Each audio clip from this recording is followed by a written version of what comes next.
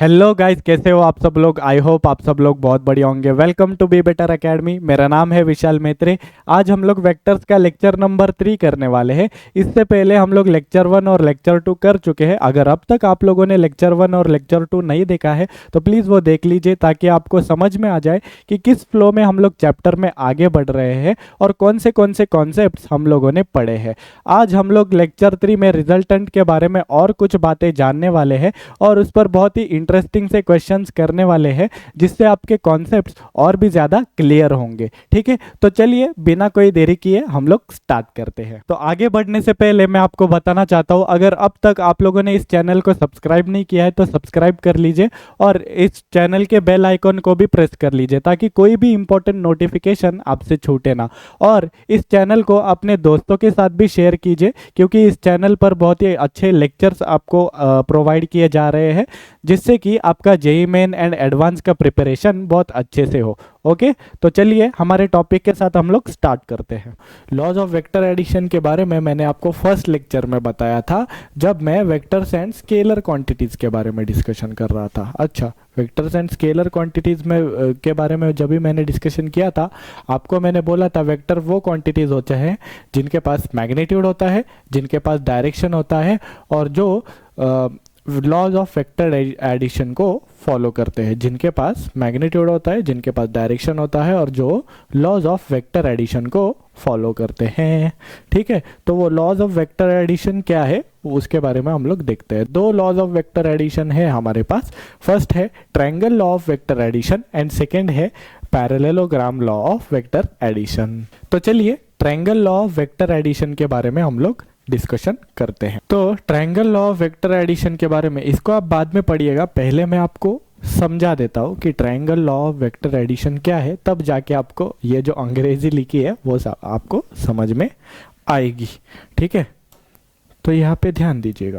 दो वेक्टर्स है ए bar and B bar. ठीक है, दो वेक्टर्स बना देते हैं sir, A bar and B bar, है ना। अगर दो वेक्टर्स इस प्रकार है, पहले ए बार है, ए बार शुरू हुआ खत्म हो गया हेड पे जाके, और बी बार शुरू हुआ खत्म हो गया हेड पे जाके। जहां पर ए बार खत्म हुआ वहीं पर बी बार स्टार्ट हुआ। अगर इस सीक्वेंस में ए बार एंड बी बार है, तो जो इनका एडिशन होगा, जो ए बार एंड बी बार का एडिशन होगा, वो क्या होगा, ए बार के टेल से लेके बी बार के हेड तक अगर आप एक वेक्टर बनाएंगे तो ये वेक्टर कौन होगा sir, A bar and B bar का एडिशन। ये वेक्टर कौन होगा sir, A bar and B bar का एडिशन। ठीक है, ए बार एंड बी बार का एडिशन। अच्छा, A bar and B bar, A bar plus B bar जो होता है, जो इनका एडिशन होता है ना, उनको हम लोग बोलते हैं रिजल्टेंट भी बोल सकते हैं। उसको हम लोग क्या बोलते हैं, रिजल्टेंट। उसको हम लोग क्या बोलते हैं सर, रिजल्टेंट बोलते हैं। अच्छा, ऐसा है। ठीक है, आगे बढ़ते हैं। ठीक है, तो आपको क्या समझ में आ गया triangle law of vector addition के बारे में, कि इस सीक्वेंस में अगर है ए बार स्टार्ट हुआ खत्म हो गया, और जहां पर ए बार खत्म हुआ वहीं से बी बार अगर स्टार्ट हो गया, है ना, तो इन दोनों का एडिशन वेक्टर जो है वो हम लोग कैसे बनाएंगे, जहां पर ए बार स्टार्ट हुआ वहां से लेके ए बार के टेल से लेके बी बार के हेड तक एक वेक्टर बना दीजिए, और वो जो वेक्टर होगा वो होगा ए बार प्लस बी बार का वेक्टर। क्लियर है? ओके, ए बार प्लस बी बार का वेक्टर होगा। ठीक है, तो यहाँ पर अब आप ये अंग्रेजी पढ़िएगा। देखिए यहाँ पे ध्यान दीजिए। If two vectors are represented by the two sides of a triangle taken in same order, है ना, taken in same order, then their resultant is represented completely by the third sides of the triangle taken in opposite order. इसका क्या मतलब है, तो यहाँ पे ध्यान दीजिएगा। तो दो vectors A bar and B bar, दो साइड्स दिख रहे ट्रायंगल के, है ना, दो sides of a triangle, taken in same order. Same order यानी इस ऑर्डर में कि ए बार स्टार्ट हुआ खत्म हुआ, और जहां पर ए बार खत्म हुआ वहीं से ए बार बी बार को स्टार्ट होना चाहिए। ठीक है, वहीं पर बी बार का टेल होना चाहिए। इसको बोलते हैं टेकन इन सेम ऑर्डर। ठीक है, then their resultant is represented completely by the third side of the triangle. Completely by the third side of the triangle. ये ए बार एंड बी बार जो हो गए ये to sides of the triangle हो गए, और उनका जो रिजल्टेंट होगा वो कैसे रिप्रेजेंट होगा, third side of the triangle से, taken in opposite order. Opposite order मतलब ये किस ऑर्डर में था, ये देखो ये ऑर्डर। अब ये कौन सा ऑर्डर है सर, इसको क्या बोलते हैं हम लोग, एंटी क्लॉकवाइज बोलते हैं। इसको क्या बोलते हैं, एंटी क्लॉकवाइज, है ना। तो ये जो ए बार प्लस बी बार होगा ये क्लॉकवाइज डायरेक्शन में होना चाहिए, यानी इस ऑर्डर में होना चाहिए, ठीक है। ये अगर एंटी क्लॉकवाइज जा रहा है तो ये कैसे जाएगा, क्लॉकवाइज जाएगा। ये कैसे जाएगा सर, क्लॉकवाइज जाएगा। क्या आपको क्लियर है, ठीक है। तो triangle law of vector addition के बारे में आपको समझ गया है ना। और कोई अगर आपको बोले कि रिजल्टेंट वेक्टर का मैग्नीट्यूड निकाल के दो, तो ये ए बार प्लस बी बार का जो मैग्नीट्यूड होगा वही होगा रिजल्टेंट का मैग्नीट्यूड। ए बार प्लस बी बार का जो मैग्नीट्यूड होगा, यानी इसका जो लेंथ ऑफ एरो होगा वही होगा ए बार प्लस बी बार का मैग्नीट्यूड। क्या आपको बात समझ में आ गई है, जी सर बिल्कुल बात समझ में आ गई है। तो यहाँ पे ध्यान दीजिए, represent A bar plus B bar, A bar plus B bar को रिप्रेजेंट करना है। तो ध्यान देना, ए बार है कुछ इस प्रकार, है ना, और बी बार है कुछ इस प्रकार। अभी हमें ए बार प्लस बी बार दिखाना है triangle law of vector addition की मदद से। अच्छा, तो मैं क्या करता हूँ, बी बार को, है ना, बी बार को शिफ्ट कर देता हूँ, पैरेलली शिफ्ट करेंगे बी बार को। अच्छा, पैरेलली शिफ्ट मतलब कैसे शिफ्ट करेंगे सर, तो यहाँ पे ध्यान दीजिएगा, ए बार को वैसे की वैसे रखो और बी बार को पैरेलली शिफ्ट करो, यहाँ पर सेम ऑर्डर में होना चाहिए ना। ट्रायंगल लॉ के according A bar and B bar को सेम ऑर्डर में, यानी ए बार जहाँ पर खत्म हो रहा है वहां पर बी बार को स्टार्ट होना चाहिए, लेकिन यहाँ पर तो बी बार, ए बार जहाँ पर खत्म हो रहा है वहां पर बी बार खत्म हो रहा है, यानी दोनों का हेड जॉइंट है। ऐसा चलेगा क्या, नहीं चलेगा, यानी बी बार को यहाँ पर लाना होगा।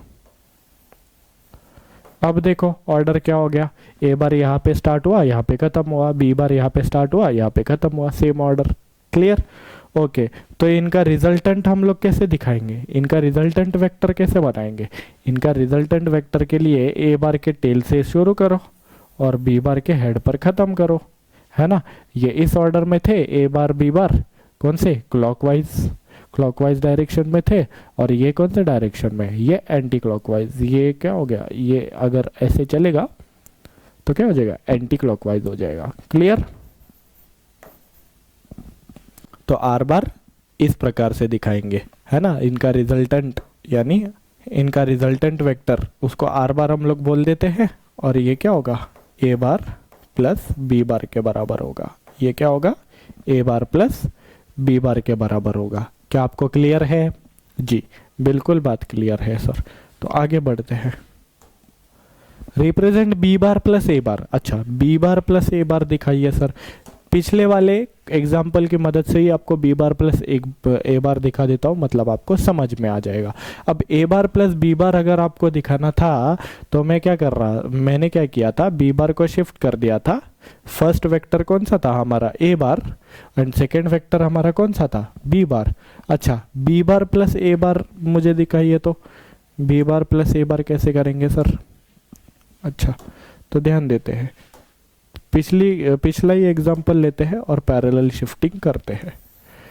ये ए बार कुछ इस प्रकार था, बी बार कुछ इस प्रकार था, है ना। अब मुझे बी बार प्लस ए बार करना है, यानी फर्स्ट वेक्टर कौन होना चाहिए, बी बार होना चाहिए, है ना, और उसके बाद सेकंड ए बार होना चाहिए। तो मैं क्या कर देता हूँ, ए बार को शिफ्ट कर देता हूँ। अच्छा, ए बार को मैं यहाँ पर लेके जाता हूँ, ए बार को क्या करता हूँ, यहाँ पर लेके जाता हूँ, है ना। ए बार को मैंने शिफ्ट कर दिया। अब देखो फर्स्ट वेक्टर ये बी बार है, सेकंड वेक्टर ए बार है। बी बार जहाँ पर खत्म हुआ वहाँ पर ए बार स्टार्ट हो गया। अच्छा, तो रिजल्टेंट कैसे बनेगा सर, ये किस ऑर्डर में है, ये एंटी क्लॉकवाइज ऑर्डर में है ना। तो रिजल्टेंट वेक्टर कैसे बनेगा, इनका क्लॉकवाइज बनेगा, है ना, क्लॉकवाइज, यानी ऐसा, यानी बी बार के फर्स्ट रिजल्टेंट हमेशा क्या होता है, फर्स्ट वेक्टर के टेल से स्टार्ट होता है एंड सेकंड वेक्टर के हेड पर खत्म होता है। अच्छा ऐसा है क्या? देखो पिछले एग्जाम्पल में भी देख लो आप, जैसे आपको मैंने पिछला एग्जाम्पल बताया था, यहाँ पर फर्स्ट वेक्टर कौन है? ए बार, और सेकेंड वेक्टर कौन है? B bar. तो रिजल्टेंट क्या होता है? फर्स्ट वेक्टर के टेल से स्टार्ट होता है और सेकेंड वेक्टर के हेड पर खत्म होता है ना? यहाँ पर भी मैंने बताया आपको, फर्स्ट वेक्टर कौन है यहाँ पे? ए बार, सेकेंड कौन है? B bar. पहले ये आया फिर ये आया, है ना? ओके, तो फर्स्ट वेक्टर के टेल से सेकेंड वेक्टर के हेड तक रिजल्टेंट बना, है ना? क्या आपको बात क्लियर है?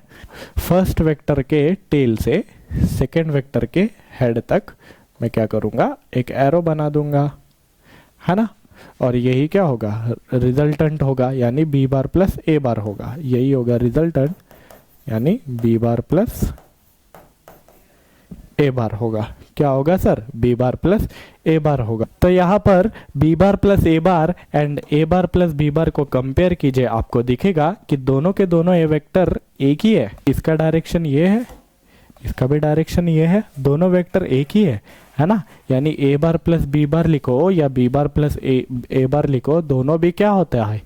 सेम ही होता है सर, है ना? दोनों भी क्या होता है सर? सेम ही होता है। यहां से हमें क्या पता चला? A bar plus B bar is equal to B bar plus A bar. क्या आपको बात समझ में आ गई है? जी सर, बिल्कुल आ गई है। ओके, क्वेश्चन में क्या लिखा है? Find relation between A bar B bar and C. तो इसके भी बहुत सारे सब क्वेश्चन हम लोग करेंगे। तो फर्स्ट मैं क्वेश्चन आपको बता देता हूं कि कुछ ऐसे ए बार है, ऐसे बी बार है, और ये सी बार है।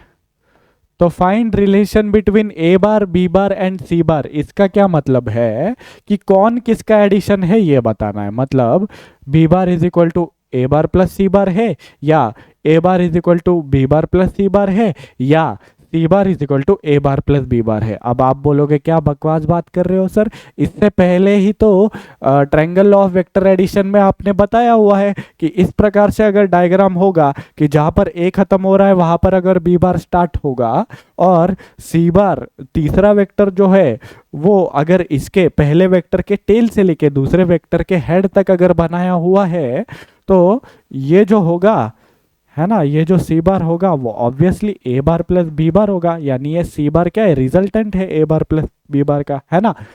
इतना आपको पता है, राइट? तो फर्स्ट क्वेश्चन आप लोग बहुत ही आसानी से सॉल्व कर लोगे अगर आपको ये कॉन्सेप्ट पता है तो। लेकिन हर बार ऐसा ही हो ये जरूरी नहीं है ना? अगर हर बार ऐसा ही हो ये जरूरी नहीं है, मतलब हर बार C bar is equal to A bar plus B bar आए ये जरूरी नहीं है। मतलब क्या बोलना चाह रहे हो सर? मतलब इस डायग्राम को मैं थोड़ा सा घुमा फिरा के अभी आपको बताने वाला हूँ, जिससे कि आपका बहुत अच्छे से प्रैक्टिस हो जाए, ठीक है? मतलब तो आपको मैं बताता हूँ कि क्या करना है एग्जैक्टली तो यहाँ पे ध्यान दीजिए, यहाँ पर मैं कुछ ऐसे ए बार बना रहा हूँ, यहाँ पे मैंने बना दिया सी बार, ये है मेरा बी बार। तो मुझे अभी इस क्वेश्चन में बताइए कि ए bar B bar and C बार के बीच में क्या रिलेशन है, कौन किसका एडिशन है ना? तो आप वीडियो पॉज करके ट्राई कर सकते हो, है ना? मैं अभी सॉल्व कर लेता हूँ ये मान के कि आप लोगों ने सॉल्व कर लिया होगा, ठीक है? तो यहाँ पे ध्यान दीजिए। अच्छा, आपने बोला था कि triangle law of vector addition में फर्स्ट वेक्टर जहां पर खत्म होता है वहां पर सेकेंड वेक्टर शुरू होता है ना?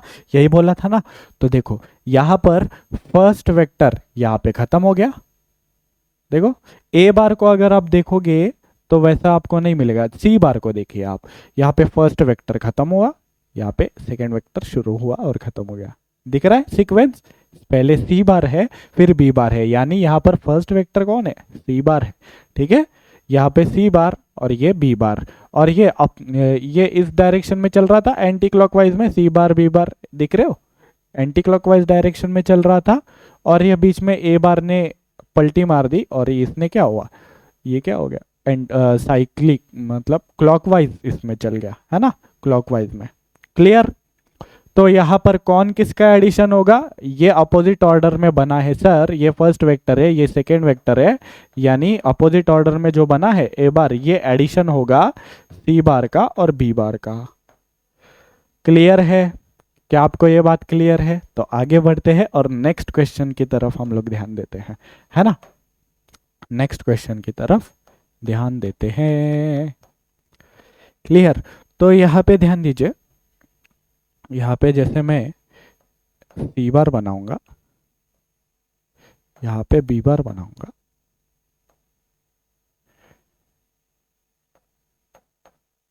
तो यहाँ पे मुझे बताइए, है ना, यहाँ पे अगर हम आप लोगों को देखेंगे तो आपको एक सिंपल सा इसका ट्रिक बताता हूँ। क्या ट्रिक बताना है? ठीक है, यहाँ पे ध्यान दीजिए, triangle law of vector addition में ये जो सी बार बन रहा था ना, जो रिजल्टेंट वेक्टर है, वो टेल से टेल मिला रहा था और हेड से हेड मिला रहा था, है ना। टेल से टेल, देखो ए का टेल इससे ज्वाइंट है रिजल्टेंट वाले से, और हेड से हेड मिला रहा था। तो हमें ऐसा वेक्टर देखना है जिसका टेल से टेल मिल रहा हो और हेड से हेड मिल रहा हो, है ना। ऐसा वेक्टर कौन है? यहाँ पर देखो, टेल से टेल हेड से हेड मिलता हुआ यहाँ पे दिख रहा है, और टेल से टेल कहाँ पर मिल रहा है? यहाँ पे। यानी ये जो वेक्टर है सी बार, ये रिजल्टेंट है ना। यहाँ पे फर्स्ट वेक्टर दिखा आपको बी बार, ये जहाँ पे खत्म हुआ वहां पर ए बार स्टार्ट हो रहा है, यानी यहाँ पर हम लोग रिलेशन क्या लिखेंगे? रिलेशन लिखेंगे B bar plus A bar, right. आप ए बार प्लस बी बार भी लिख सकते हो, कोई इशू नहीं है ना। अब यहाँ पे ध्यान दीजिएगा, फोर्थ क्वेश्चन में ध्यान देते हैं हम लोग, है ना। तो मैंने कुछ लिख दिया यहाँ पे इस प्रकार, ए बार, है ना। यहाँ पर मैंने बी बार ड्रॉ किया हुआ है, और यहाँ पर मैंने सी बार ड्रॉ किया हुआ। अब बताइए, है ना, वीडियो पॉज करके ट्राई कीजिए और उसके बाद आंसर देखिए, आपका कॉन्फिडेंस बढ़ेगा इससे, है ना। तो यहाँ पे ध्यान दीजिएगा, आई होप आप लोगों ने सॉल्व कर लिया होगा, तो मैं बता देता हूँ। तो यहाँ पे ध्यान दीजिए, हेड से हेड कहाँ पर ज्वाइन हो रहा है? इधर। टेल से टेल कहाँ पर ज्वाइन हो रहा है? इधर। मतलब ये जो बी बार है ये रिजल्टेंट है ना, ये फर्स्ट ये सेकेंड। तो बी बार को मैं लिखूंगा सी बार प्लस ए बार, देखो first second, C bar plus A बार, या ए बार प्लस सी बार भी लिखो तो भी चलेगा। आई होप आप लोगों को relation between A bar B bar and C bar कैसे लिखना है, कौन किसका एडिशन है, ये पहचानना अच्छे से आ गया हो। Magnitude of resultant, magnitude of resultant find करने के लिए हम लोग क्या करेंगे ना, triangle law of vector addition में जैसे बना रहे थे ए बार एंड बी बार, वैसे बना देते हैं। ये ए बार बना दिया पहले और ये बी बार बना दिया, ठीक है। तो यहाँ पे ध्यान दीजिएगा, रिजल्टेंट कैसे बना रहे थे? इस प्रकार बना रहे थे, ये है रिजल्टेंट ए बार प्लस बी बार। अच्छा, इससे पहले मैं आपको एक चीज बताता हूं, ध्यान दीजिएगा। अगर ये एक राइट एंगल ट्रायंगल है, ठीक है, ये एक राइट एंगल ट्रायंगल है, और इस साइड का लेंथ सी है, इस साइड का लेंथ क्या है? सी, और ये है कॉस थीटा, सॉरी, और ये है थीटा। ये एंगल कौन सा है? थीटा है सर। ओके, तो यहाँ पे मुझे एक बात बताइएगा, इस ट्रायंगल को एक नाम रख देता हूं मैं, इस ट्रायंगल का एक नाम रख देता हूं। इस ट्रायंगल का नाम क्या रखेंगे? पी क्यू आर नाम रख देते हैं। तो मुझे बताइए, क्या इस ट्रायंगल में आप साइन थीटा निकाल सकते हो? जी सर, साइन थीटा निकाल सकते हैं। साइन थीटा कितना होता है?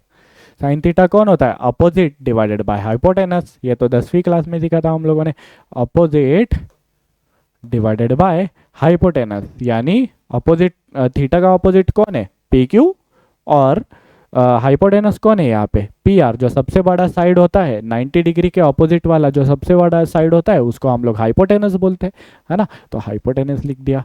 कॉस थीटा कितना है? कॉस थीटा है adjacent divided by hypotenuse. Adjacent कितना है? क्यू आर, और हाइपोटेनस कौन है? पी आर, ठीक है सर।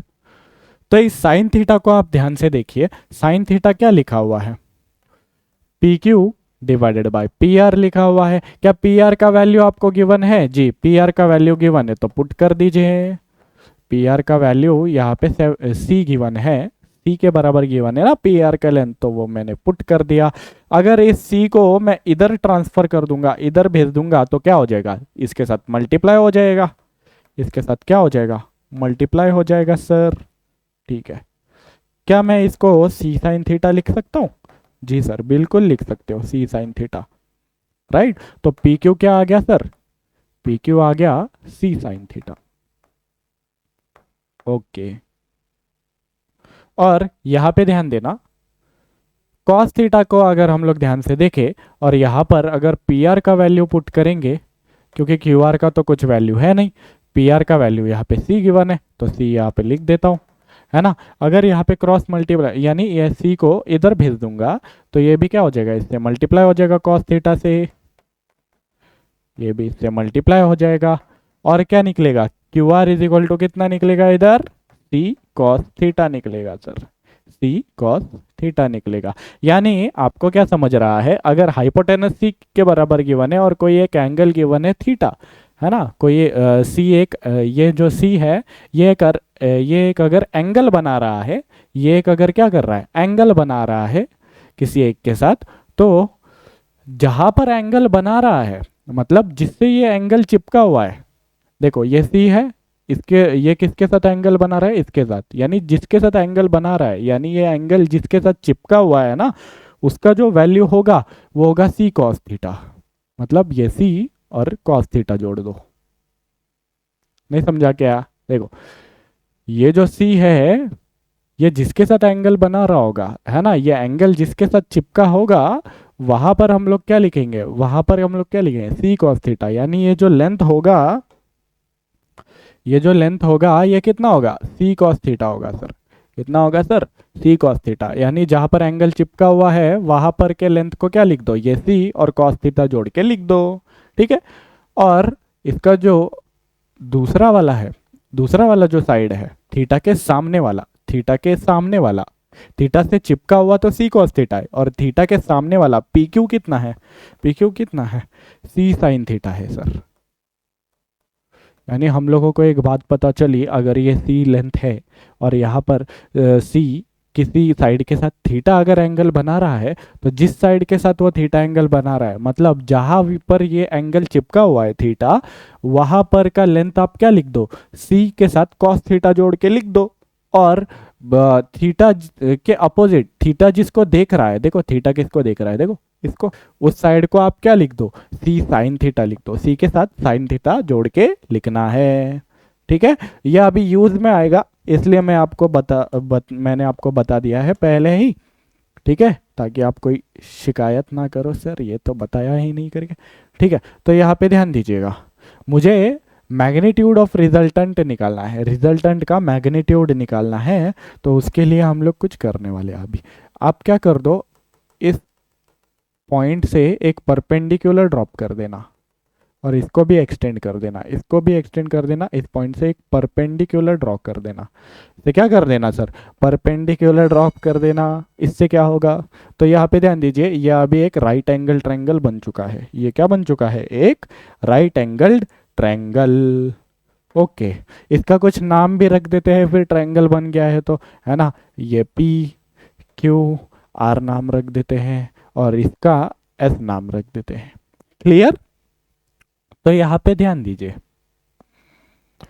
यहाँ पर अभी हम लोग क्या करते हैं,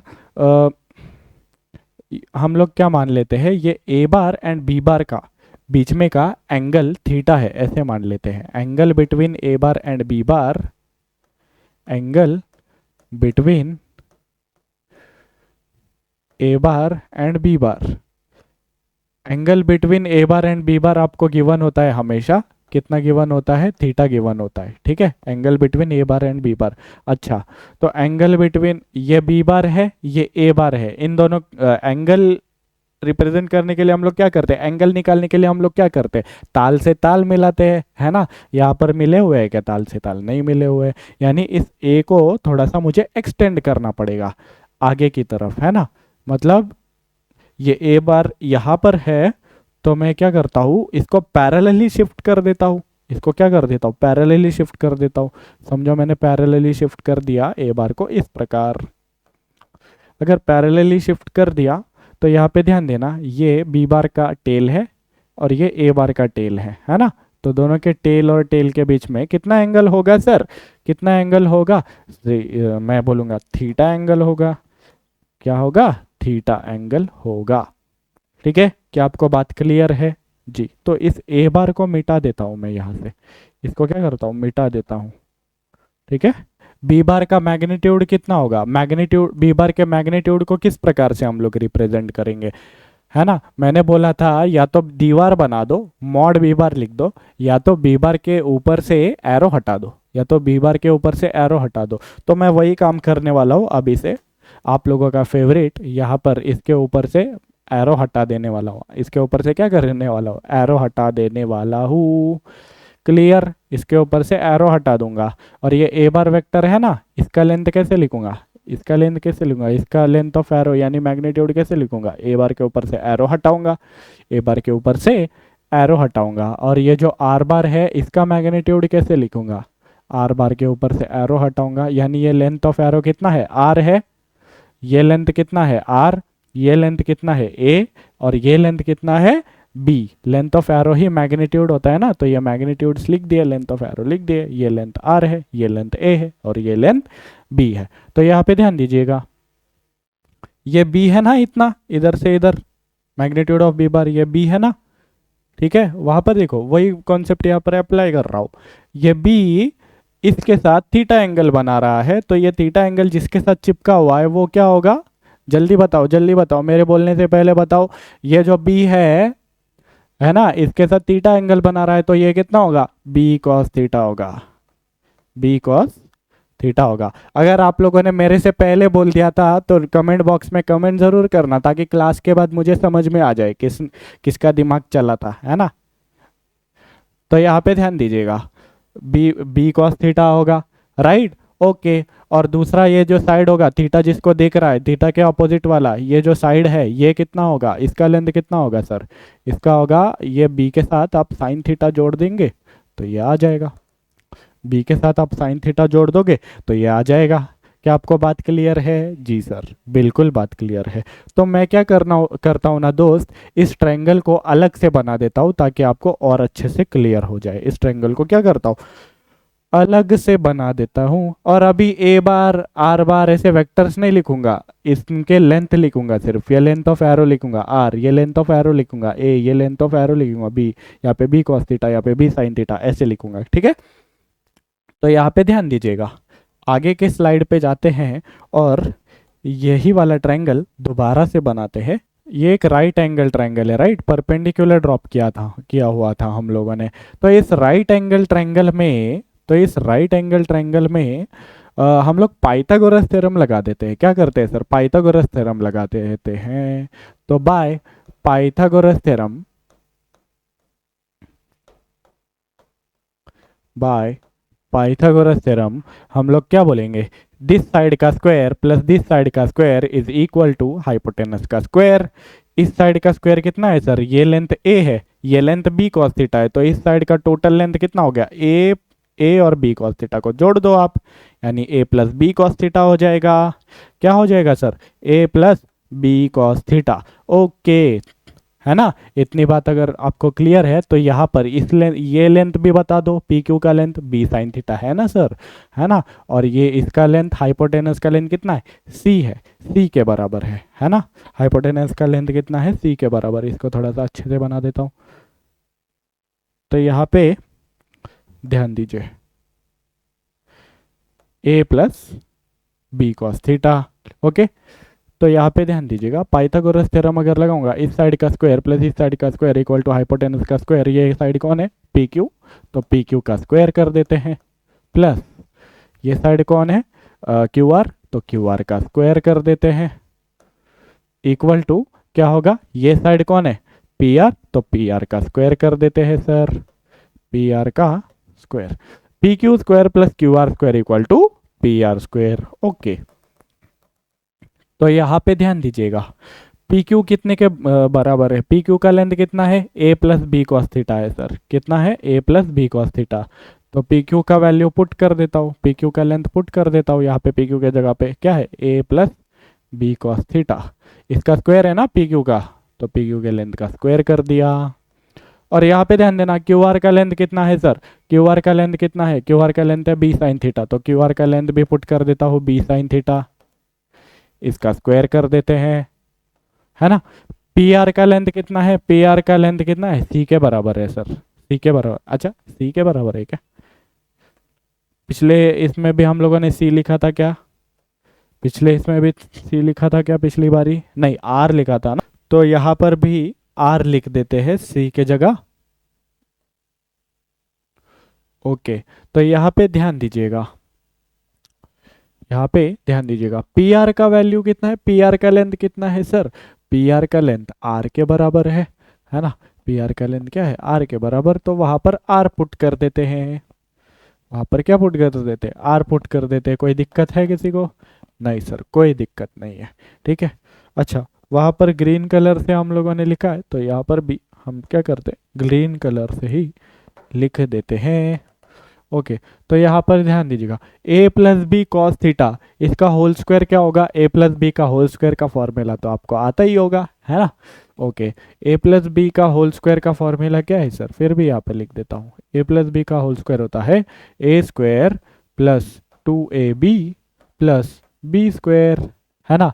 तो ये वाला फॉर्मूला से यहाँ पे सॉल्व करेंगे, तो a square plus 2a b, b कौन है ये, पूरा b cos theta plus B square यानी इस पूरे का स्क्वायर, यानी b square cos square theta आ जाएगा, क्या आ जाएगा sir, b square cos square theta, यानी इस बी का भी स्क्वायर और कॉस का भी स्क्वायर। Clear, okay. तो प्लस क्या आ जाएगा इधर, बी साइन थीटा का होल स्क्वायर आ जाएगा, बी साइन थीटा का होल स्क्वायर क्या होता है, बी का स्क्वायर आ जाएगा, और साइन थीटा का स्क्वायर क्या आ जाएगा, साइन स्क्वायर थीटा आ जाएगा सर। ओके, तो यहाँ पे ध्यान दीजिए, इक्वल में क्या आ जाएगा, यहाँ पे इक्वल में क्या आएगा, आर का स्क्वायर, आर का स्क्वायर कितना होता है, आर स्क्वायर लिख देते हैं। क्लियर, तो यहाँ पे ध्यान दीजिएगा, इसको लिखेंगे a square plus 2ab cos theta plus, अब यहाँ पर ध्यान दीजिएगा, यहाँ पर इन दोनों टर्म्स में बी स्क्वायर और बी स्क्वायर कॉमन है, तो बी स्क्वायर यहाँ से हम लोग कॉमन निकाल देते हैं, है ना, कॉमन निकाल देते हैं। तो यहाँ पर अलग कलर से लिख देता हूँ ताकि आपको अच्छे से समझ में आ जाए, इसको डैश करके। तो यहाँ पे ध्यान दीजिएगा, यहाँ पर बी स्क्वायर कॉमन निकाल देंगे, तो यहाँ पे बचेगा कॉस स्क्वायर थीटा, और यहाँ पे बचेगा साइन स्क्वायर थीटा।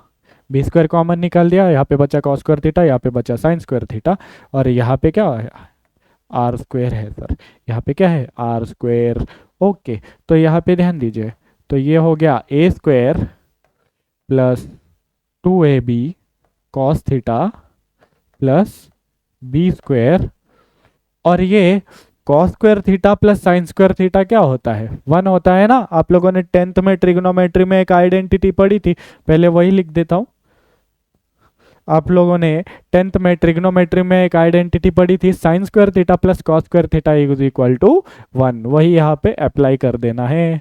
तो आइडेंटिटी क्या है, sine square theta plus cos square theta is equal to 1, ये यहाँ पे पुट कर दीजिएगा। ओके, तो यहाँ पे पुट कर देते हैं, तो ये क्या आ जाएगा, a square plus 2ab cos theta plus B square, यहाँ पे बी स्क्वायर तो ऑलरेडी प्रेजेंट था, और ये cos square theta plus sine square theta का वैल्यू क्या लिख देंगे, 1 लिख देंगे। ओके, 1 लिख देते हैं, ठीक है। तो यहाँ पर स्पेस नहीं है इसलिए यहाँ पे लिख रहा हूँ, तो ध्यान दीजिएगा। तो ए स्क्वायर, अभी मैं उल्टा लिख देता हूँ, मतलब आर स्क्वायर को इधर लिखूंगा, राइट हैंड साइड को लेफ्ट हैंड साइड में और लेफ्ट हैंड साइड को राइट हैंड साइड में, मतलब आर स्क्वायर यहाँ लिखूंगा, इस पूरे टर्म को वहां लिखूंगा, ठीक है। तो R square is equal to A square plus 2ab cos theta plus B square को 1 से मल्टीप्लाई करेंगे तो क्या होगा, बी स्क्वायर ही आ जाएगा, है ना। किसी भी चीज़ को 1 से मल्टीप्लाई करेंगे तो वही चीज़ आ जाती है ना। तो बी स्क्वायर इंटू 1 क्या आ जाएगा, बी स्क्वायर ही आ जाएगा। तो इस बी स्क्वायर को यहाँ पे लिखिए, मतलब बी स्क्वायर को पहले लिखिए, इसको बाद में लिखिए, ठीक है। तो R square is equal to A square plus B square को पहले लिखेंगे, फिर इस प्लस 2ab कॉस थीटा को बाद में लिख देते हैं।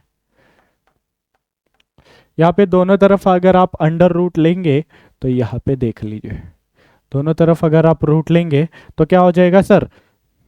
अच्छा यहाँ पे देखने, ये आर स्क्वायर जो है इसका अगर रूट लेंगे तो ये स्क्वायर और रूट मर जाएंगे, यानी क्या बचेगा, सिर्फ आर बचेगा, है ना। स्क्वायर और रूट मर गए तो आर ही बचा, ठीक है। ओके, दोनों साइड रूट ले रहे हैं तो यहाँ पर भी रूट लगाया होगा और यहाँ पर भी रूट लगाया होगा। यहाँ पर रूट लगाया तो स्क्वायर और ये हट के आर आ गया, यहाँ पर रूट लगा देते हैं। यहाँ पर स्क्वायर रूट लगाएंगे तो ये आ जाएगा अंडर रूट के अंदर a square plus B square plus 2ab cos theta, ठीक है। ये है मैग्नीट्यूड ऑफ रिजल्टेंट का फॉर्मूला। अगर आपको ए का वैल्यू दिया हुआ है, यानी ए बार जो वेक्टर है, जो ए बार वेक्टर है उसका अगर आपको मैग्नीट्यूड गिवन है, बी बार वेक्टर है उसका जो उसका अगर आपको मैग्नीट्यूड गिवन है, और उनके बीच में का एंगल गिवन है, क्या क्या गिवन है। अगर क्वेश्चन में आपको, एक सेकेंड, अगर क्वेश्चन में आपको ए बार का मैग्नीट्यूड, बी बार का मैग्नीट्यूड और उन दोनों के बीच में का, ए बार और बी बार के बीच में का अगर एंगल गिवन है ना। देखो ए बार, बी बार और इन दोनों के बीच में का, यानी ए बार को अगर इधर खसका देंगे, इन दोनों का ताल से ताल मिलाएंगे तो जो एंगल आएगा वो एंगल गिवन है आपको, है ना। तो आप क्या कर सकते हो, इन सारे वैल्यूज को इसमें पुट करके मस्त मैग्नीट्यूड ऑफ रिजल्टेंट का वैल्यू निकाल सकते हो। ओके, क्या आपको क्लियर है। ओके, आगे बढ़ते हैं, है ना। मैग्नीट्यूड ऑफ रिजल्टेंट तो निकाल दिया सर। अभी और एक चीज ध्यान देना, और एक बात क्या करना, आप लोग ध्यान दीजिएगा, ठीक है। इस ट्रायंगल को, अच्छा यहाँ पे क्वेश्चन स्टार्ट हो गया। यहां पर पिछली बार जो ट्रायंगल बनाया था ये ए बार था, ये बी बार था, है ना, और ये आर बार बनाया हुआ था, राइट। ये आर बार बनाया हुआ था। अब इस आर बार ने ए बार के साथ कुछ एंगल बनाया होगा, देखो यहाँ पे कुछ एंगल बनाया है, इसको हम लोग अल्फा नाम दे देते हैं। क्या नाम दे देते हैं सर, अल्फा, ठीक है, अल्फा नाम दे देंगे। एक काम करता हूँ, इस बी बार को ना यहाँ पे पैरेलली शिफ्ट कर देता हूँ, यहाँ पर क्या करता हूँ, पैरेलली शिफ्ट करता हूँ, मतलब समझो, एज्यूम करो कि पैरेलली शिफ्ट कर दिया है। तो इस आर बार और बी बार के बीच में भी कुछ एंगल आएगा, है ना, इसको हम लोग एंगल बीटा बोल देते हैं, है ना। इसको हम लोग एंगल बीटा बोल देते हैं और इसको एंगल अल्फा बोल देते हैं, ठीक है। अल्फा क्या है, आर बार एंड ए बार के बीच में का एंगल, और बीटा क्या है, B bar and R bar के बीच में का एंगल है। ओके, तो अगर इन एंगल्स की वैल्यू हम लोगों को निकालने बोल दिया क्वेश्चन में, तो उसका भी कुछ फॉर्मूला हमें पता होना चाहिए ना। ओके, तो वो अगर हम लोगों को निकालना है तो यहाँ पे ध्यान दीजिएगा, जैसे पिछले क्वेश्चन, पिछली बार ही पिछले डायग्राम में हम लोगों ने किया था, क्या इस ए बार और बी बार के बीच में, ए बार को यहाँ पे पैरेलली शिफ्ट करेंगे, ताल से ताल मिलाएंगे, दोनों के बीच में जो एंगल है थीटा हम लोगों ने एज्यूम किया था, दोनों के बीच में का एंगल, राइट। और ये जो बी बार है इसका अगर कंपोनेंट लेंगे, मतलब तब मैंने आपको समझाया था ट्रायंगल ड्रॉ करके कि ये लेंथ अगर बी के बराबर है, ये लेंथ अगर बी के बराबर है, ऑब्वियसली बी बार का मैग्नीट्यूड यानी लेंथ ऑफ एरो कितना होगा, बी होगा, है ना।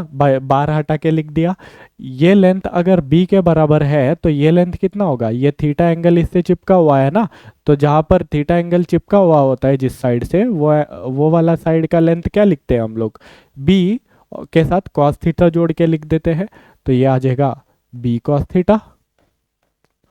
और ये वाला साइड कितना आ जाएगा सर, ये वाला साइड कितना आ जाएगा, जिसको थीटा देख रहा है, थीटा के अपोजिट वाला साइड बी साइन थीटा आ जाता है।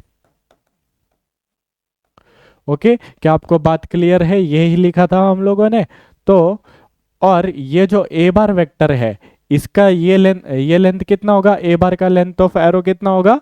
ए के बराबर होगा। ए का लेंथ ऑफ एरो मतलब ए का मैग्नीट्यूड की बात कर रहे हो क्या सर? हाँ, ए के मैग्नीट्यूड की बात कर रहा हूँ। कितना होगा? ए के बराबर ही होगा ना, बार हटा के लिख दिया है ना, मैग्नीट्यूड को बार हटा के लिखेंगे।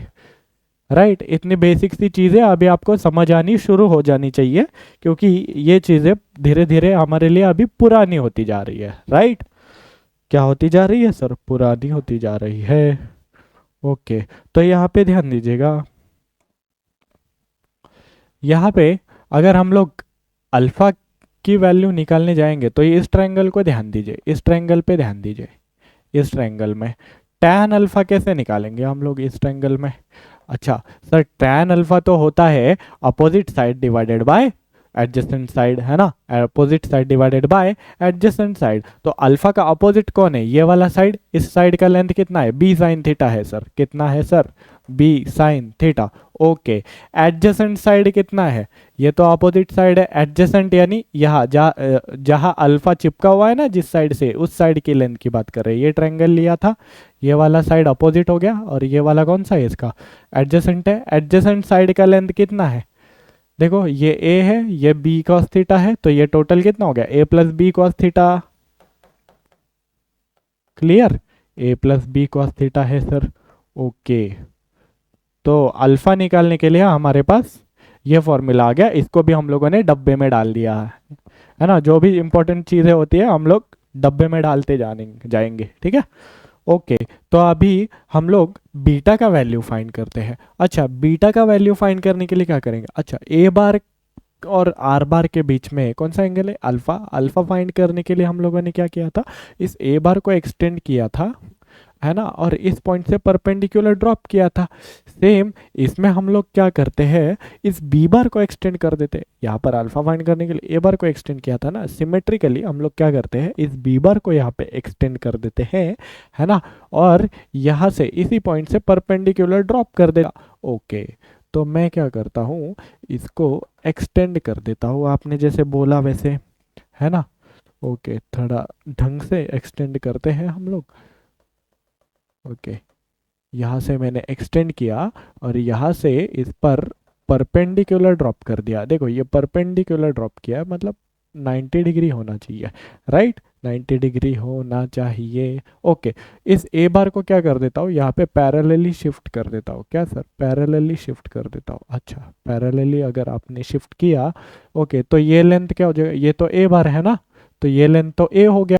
और ये एंगल कितना हो जाएगा? ये एंगल देख रहे हो, ये लाइन सेम है, ये दोनों, ये भी बी बार है और ये भी बी बार को ही एक्सटेंड किया हुआ है। बी बार इसके साथ कितना एंगल बना रहा है? देखो, ये और कोई नहीं है, ये थीटा के बराबर है। ये पूरा कितना है? थीटा। ये पूरा कितना है? थीटा। ये जो बी बार है, ये इस ए बार के साथ कितना एंगल बना रहा है? Angle between A bar and B bar कितना है? थीटा। यहाँ पर भी ये देखो, दोनों के ताल से ताल जुड़े हुए, angle between A bar and B bar कितना है? थीटा है। ओके, ओके, तो ये पूरा थीटा है ना, ये पूरा थीटा है। ओके, और ये दोनों पैरेलल लाइंस है, क्योंकि ये भी ए बार है, ये भी ए बार है ना, पैरेलल लाइन से। ये ट्रांसवर्सल है, यानी ये दोनों क्या हो गए? करस्पॉन्डिंग एंगल्स हो गए। करस्पॉन्डिंग क्या एंगल्स क्या होते हैं? इक्वल होते हैं। क्या होते हैं सर? इक्वल। ओके, तो ये थीटा आ जाएगा, यानी दोनों इक्वल होते हैं ना। ये थीटा है तो वो भी थीटा होगा, ऑब्वियसली, है ना। तो आपका काम यहाँ पे अभी आसान हो चुका है। क्या हो चुका है सर? आसान हो चुका है। अच्छा, ऐसा क्यों? तो यहाँ पे ध्यान दीजिए, क्यों आपको पता चल जाएगा। ये ए बार जो है, इसका हम लोग कंपोनेंट ले लेते हैं। इसका क्या करते हैं सर? कंपोनेंट ले लेते हैं। मतलब पिछली बार आपको जैसे बताया था मैंने, कॉस और साइन जोड़ के ये ए बार थीटा एंगल बना रहा है इसके साथ, है ना। तो ये ए बार का जो यहाँ पे कंपोनेंट होगा, मतलब इस साइड का जो लेंथ होगा, इस साइड का जो लेंथ होगा, ये ए बार इसके साथ थीटा एंगल बना रहा है ना। यानी इस साइड का जो लेंथ होगा वो ए के साथ कॉस थीटा जोड़ के आएगा। राइट, जहाँ पे एंगल थीटा चिपका हुआ होता है वहां पर का हम लोग लेंथ कैसे लिखते हैं, इस वेक्टर के साथ कॉस थीटा जोड़ के लिखते हैं। राइट, और थीटा का जो अपोजिट साइड होता है, थीटा का जो अपोजिट साइड होता है, थीटा जिसको देख रहा है वो साइड कितना होता है, इसके साथ आप क्या करो, साइन थीटा जोड़ दो सर। इसके साथ क्या करो, साइन थीटा जोड़ दो। यहाँ पे ध्यान देना, ए वेक्टर के साथ नहीं जोड़ रहा हूं मैं साइन थीटा, ए बार के साथ नहीं जोड़ रहा हूँ साइन थीटा और कॉस थीटा, ए के मैग्नीट्यूड के साथ जोड़ रहा हूँ, क्योंकि मुझे ए बार से कोई लेन देन नहीं है यहाँ पे, है ना। यहाँ पे मुझे मैग्नीट्यूड कैलकुलेट करना है, तो ए बार का जो लेंथ ऑफ एरो है, जो मैग्नीट्यूड है, उससे खेल रहा हूँ मैं। ए बार का जो मैग्नीट्यूड है वो कितना है, लेंथ ऑफ एरो कितना है, बार हटा दीजिए, ए है ना। तो यहाँ पे इसका लेंथ लिख दिया ए कॉस थीटा, इसका लेंथ लिख दिया a sine theta, as per the rules मैंने जैसे बताया था, जहाँ पर थीटा चिपका हुआ होता है वहाँ पर ए कॉस थीटा लिखते हैं, जहाँ और थीटा के अपोजिट साइड जो होता है वहाँ पर ए साइन थीटा लिख देते हैं। तो अभी इस ट्रायंगल को ध्यान से देखिएगा, ये 90 डिग्री राइट एंगल ट्रायंगल है, तो इस ट्रायंगल को ध्यान से देखिए, इस ट्रायंगल को ध्यान से देखिए। यहाँ पे tan बीटा कितना आएगा, tan बीटा कितना आएगा, बीटा का अपोजिट कौन है, ये वाला ना, राइट। तो tan बीटा कितना आएगा, अपोजिट डिवाइडेड बाय हाइपोटेनस आता है। अपोजिट, बीटा का अपोजिट कौन है, ये ए साइन थीटा है ना, ओके, ए साइन थीटा है सर, ओके। और बीटा का एडजेसेंट कौन है, एडजेसेंट इस ट्रायंगल में, एडजेसेंट ट्रायंगल को एडजेसेंट साइड कौन है, ये वाला ना, एडजेसेंट साइड ये वाला है, ये वेक्टर बी बार है पैरेलली शिफ्ट किया हुआ, मतलब इस ये वाला लेंथ कितना होगा, बी के बराबर होगा ऑब्वियसली, बी बार का लेंथ ऑफ एरो होगा बी के बराबर, और ये ए कॉस थीटा है, तो ये टोटल लेंथ कितना हो गया इधर से इधर, इस साइड का टोटल लेंथ कितना है सर, ये बी और ये ए कॉस थीटा, तो बी प्लस ए कॉस थीटा ये टोटल लेंथ होगा, बी प्लस ए कॉस थीटा ये टोटल लेंथ होगा। ओके, यानी इस बीटा का अपोजिट साइड जो था ए साइन थीटा वो हम लोगों ने लिख दिया, नीचे एडजेसेंट साइड का लेंथ लिखना है, तो एडजेसेंट साइड का लेंथ कितना है, बी प्लस ए कॉस थीटा के बराबर है, बी प्लस ए कॉस थीटा के बराबर है। इसको भी डब्बे में डाल देते हैं, डब्बे में डब्बा, डब्बे में फॉर्मूला, राइट, है ना। अच्छा, अल्फा कौन है sir, alpha is the angle between are bar and A bar, है ना। यहां से अपने को क्या मिलेगा, angle between are bar and A bar मिलेगा, angle between are bar and A bar. Okay, ये क्या है सर, ये बीटा कौन है, beta is the angle between are bar and B bar, देख सकते हो ना डायग्राम में, beta is the angle between are bar and B bar, तो ये कौन है, angle between are bar and B bar. क्या आपको बात क्लियर है, अगर आपको कोई बोले आर बार एंड ए बार के बीच में एंगल निकालिए तो ये फॉर्मूला यूज करोगे, अगर आपको कोई बोले angle between are bar and B bar के बीच में एंगल निकालो तो ये फॉर्मूला निकालोगे, है ना, ये फॉर्मूला यूज करोगे। अभी सर अपने फॉर्मूला तो बता दिया, लेकिन इसको लर्न कैसे करेंगे।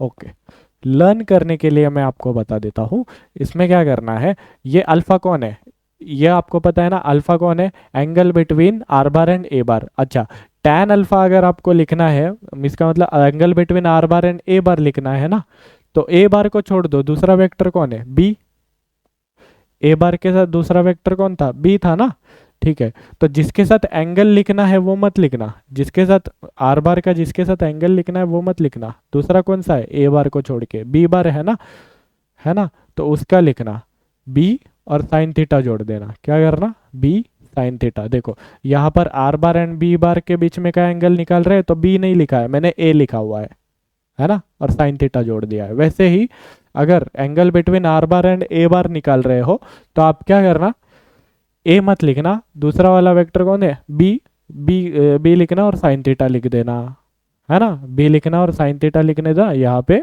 बी लिखना और कॉस थीटा लिख देना, और प्लस इसको जोड़ देना, आप जिसके साथ एंगल निकाल रहे हो उसको जोड़ दीजिएगा, ठीक है। यहाँ पर भी क्या करना है, बी बार के साथ रिजल्टेंट का एंगल निकाल रहे हो ना, तो बी मत लिखिएगा, ए लिखिएगा, साइन थीटा जोड़ दीजिएगा, यहाँ पे ए लिखिएगा, कॉस थीटा जोड़ दीजिएगा, और उसके बाद प्लस में ये क्या लिखिएगा, ये वाला बी ही लिख दीजिएगा। ऐसे रिमेंबर आप कर सकते हो, राइट। ऐसे ध्यान में रहेगा। अगर आप इस फॉर्मूला को 4-5 बार इसी नज़रिए से देखोगे तो आपको लर्न हो जाएगा। क्लियर? ओके। तो यहाँ पर एक क्वेश्चन हमारा बहुत देर से इंतजार कर रहा है, इसके पास देख लेते हैं जरा। तो ये क्वेश्चन क्या कहना चाह रहा है वो देखते हैं। Two vectors of equal magnitude are at 90 degree angle between them, find the resultant. Okay, 90 degree angle between them, find the resultant. अगर दो वेक्टर्स एक दूसरे से 90 डिग्री एंगल पर है, चलो दो वेक्टर्स को कुछ नाम देते हैं, है ना। चिन्नो मुन्नो नाम नहीं देंगे, a bar and B bar नाम देंगे। क्या नाम देंगे? A bar and B bar. तो यहाँ पे ध्यान दीजिए, two vectors of equal magnitude are at 90 degree angle. अच्छा, okay, two vectors of equal magnitude है, तो यहाँ पे मैं ए बार नाम दे दिया इस वेक्टर को, और इस वेक्टर को बी बार नाम दे दिया।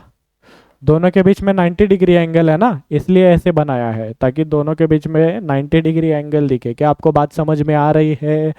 Okay, are at 90 degree angle between them, find the resultant. Resultant हमें फाइंड करना है।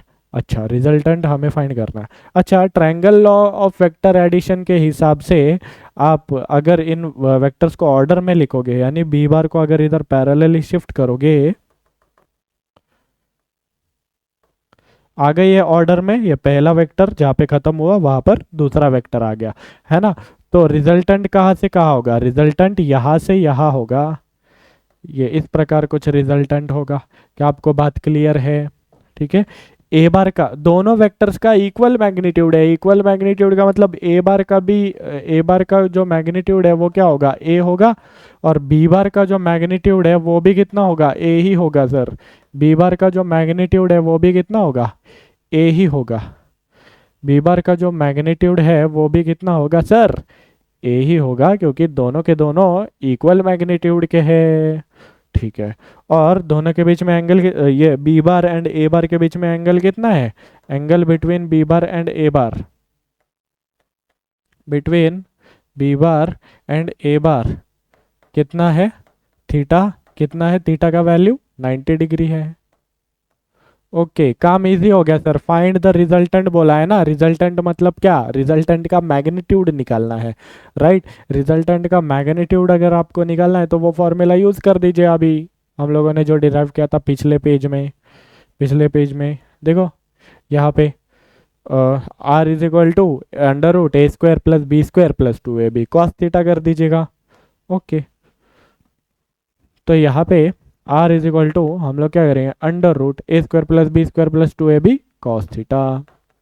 एक बार दोबारा से आपके लिए फॉर्मूला यहाँ पे लिख देता हूँ।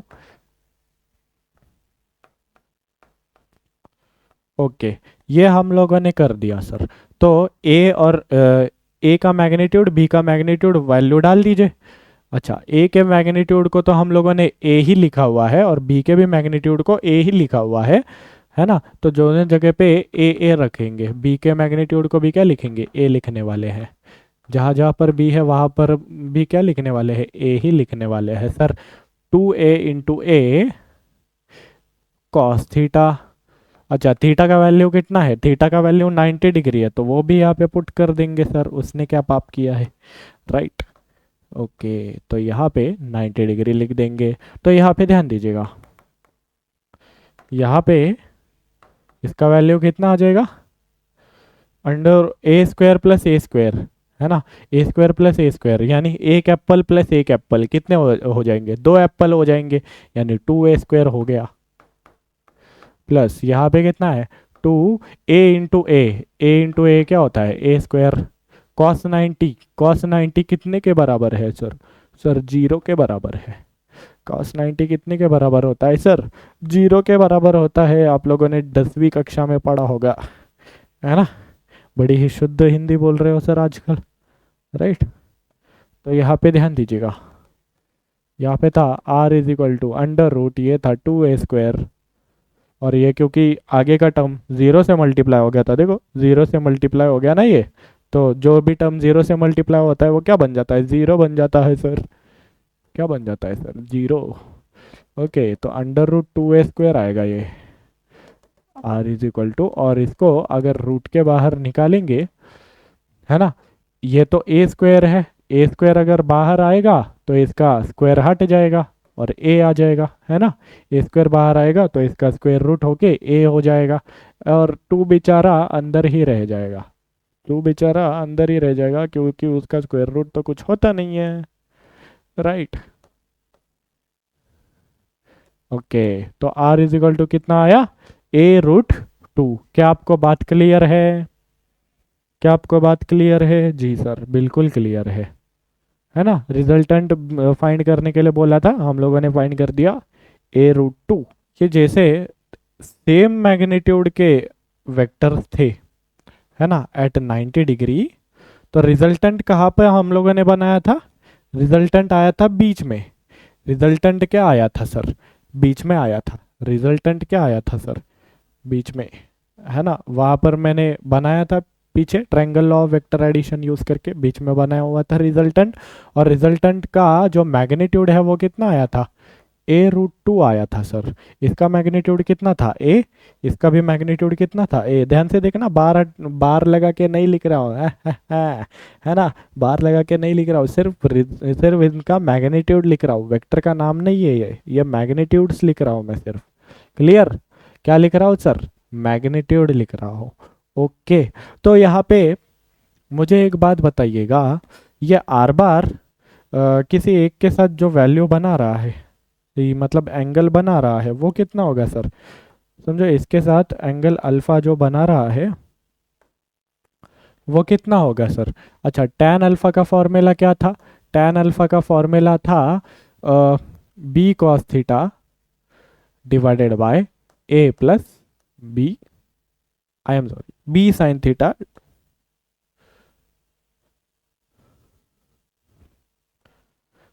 tan अल्फा का फॉर्मूला था b sin theta divided by a plus b cos theta.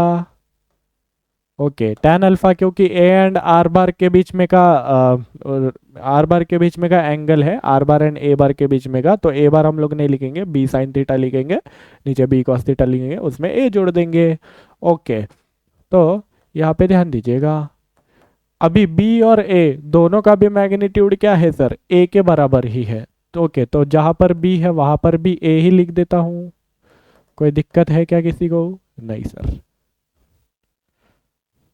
नहीं सर। ओके, तो यहाँ पे देखिए, जहाँ पर b है वहाँ पर भी a ही लिख देता हूँ, है ना। ओके, तो यहाँ पे ध्यान दीजिएगा, यहाँ से हम लोग a कॉमन निकाल लेंगे, नीचे से क्या करेंगे सर? a कॉमन निकालेंगे, और थीटा का वैल्यू भी तो हमें पता है, थीटा कितना है? 90 डिग्री। दोनों के बीच में कितना एंगल है सर? 90 डिग्री एंगल है, तो ये sine 90 divided by a plus a cos 90। अब ये आपको दिख रहा होगा, कॉस 90 का तो वैल्यू जीरो होता है ना, तो ये पूरा टर्म जीरो हो जाएगा, है ना, ये वाला पूरा टर्म जीरो हो जाएगा। तो यहाँ पे क्या हो गया, साइन 90 का वैल्यू कितना होता है? 1। तो यहाँ पर a के साथ क्या मल्टीप्लाई होगा? 1 मल्टीप्लाई होगा, साइन 90 यहाँ से मल्टीप्लाई हो रहा है a के साथ 1 मल्टीप्लाई होगा, नीचे क्या होगा? a plus a cos 90। ये कॉस 90 का वैल्यू जीरो है, तो ये a जीरो से मल्टीप्लाई होगा, पूरा टर्म क्या हो गया? जीरो हो गया सर, पूरा टर्म जीरो हो गया। अच्छा, a इंटू 1 a ही आ जाएगा, नीचे भी कितना है? एक में जीरो ऐड करेंगे a ही आ जाएगा। क्लियर? और a डिवाइडेड बाय a करेंगे तो a को खुद ही से डिवाइड करेंगे तो 1 आ जाएगा। Okay, tan alpha is equal to 1। अच्छा, कौन से अल्फा का वैल्यू मतलब इधर कितना एंगल रखे ताकि tan अल्फा 1 आ जाए? अच्छा, हम लोगों ने जैसे 10th क्लास में पढ़ा था सर, tan 45 1 होता है जितना हमारे नॉलेज के हिसाब से, तो है ना, यानी अल्फा कितने के बराबर है? 45 के बराबर। अल्फा कितने के बराबर है सर? 45 डिग्री। ओके, मतलब रिजल्टेंट इसके साथ कितना एंगल बना रहा है? ये एंगल कितना है सर? ये एंगल 45 है। ये एंगल कितना है? ये एंगल 45 है ना, माई सेल्फ 45 ऐसे बोलेगा ये, ये एंगल 45 है। अच्छा, ये टोटल एंगल तो 90 डिग्री है, ये 45 है, इसका मतलब ये कितना होना चाहिए, 90 माइनस 45, वो भी कितना आ जाएगा, 90 माइनस 45 कितना आ जाएगा, 45 ही आ जाएगा। क्या आपको इससे एक बात चमक रही है, क्या बात चमक रही है सर? अगर दोनों का मैग्नीट्यूड इक्वल है, दोनों का मैग्नीट्यूड अगर इक्वल है, तो ये जो रिजल्टेंट वेक्टर आ रहा है वो बीचों बीच आ रहा है। बीचों बीच मतलब एंगल बाइसेक्टर पे। देखो ये पूरा 90 था, इस रिजल्टेंट ने क्या कर दिया, इस पूरे 90 को हाफ हाफ में डिवाइड कर दिया है, मतलब एंगल बाइसेक्टर पे आया है, बीचों बीच आया है ये आर बार। दिख रहा है आपको? ओके। अगर ये चीज कंफर्म करने के लिए और कुछ क्वेश्चंस हम लोग सॉल्व करते हैं, है ना। यहाँ पे ये बात ध्यान रखिएगा कि जहाँ इक्वल मैग्नीट्यूड है ना, और दोनों के बीच में 90 डिग्री है, तो ए बार का, ये आर बार का जो मैग्नीट्यूड आया है वो आया है a√2, और कहाँ पर आया है आर बार, बीचों बीच, यानी एंगल बाइसेक्टर पे आया है। ओके, नेक्स्ट क्वेश्चन भी देख लेते हैं। नेक्स्ट क्वेश्चन में क्या लिखा हुआ है, ध्यान देना।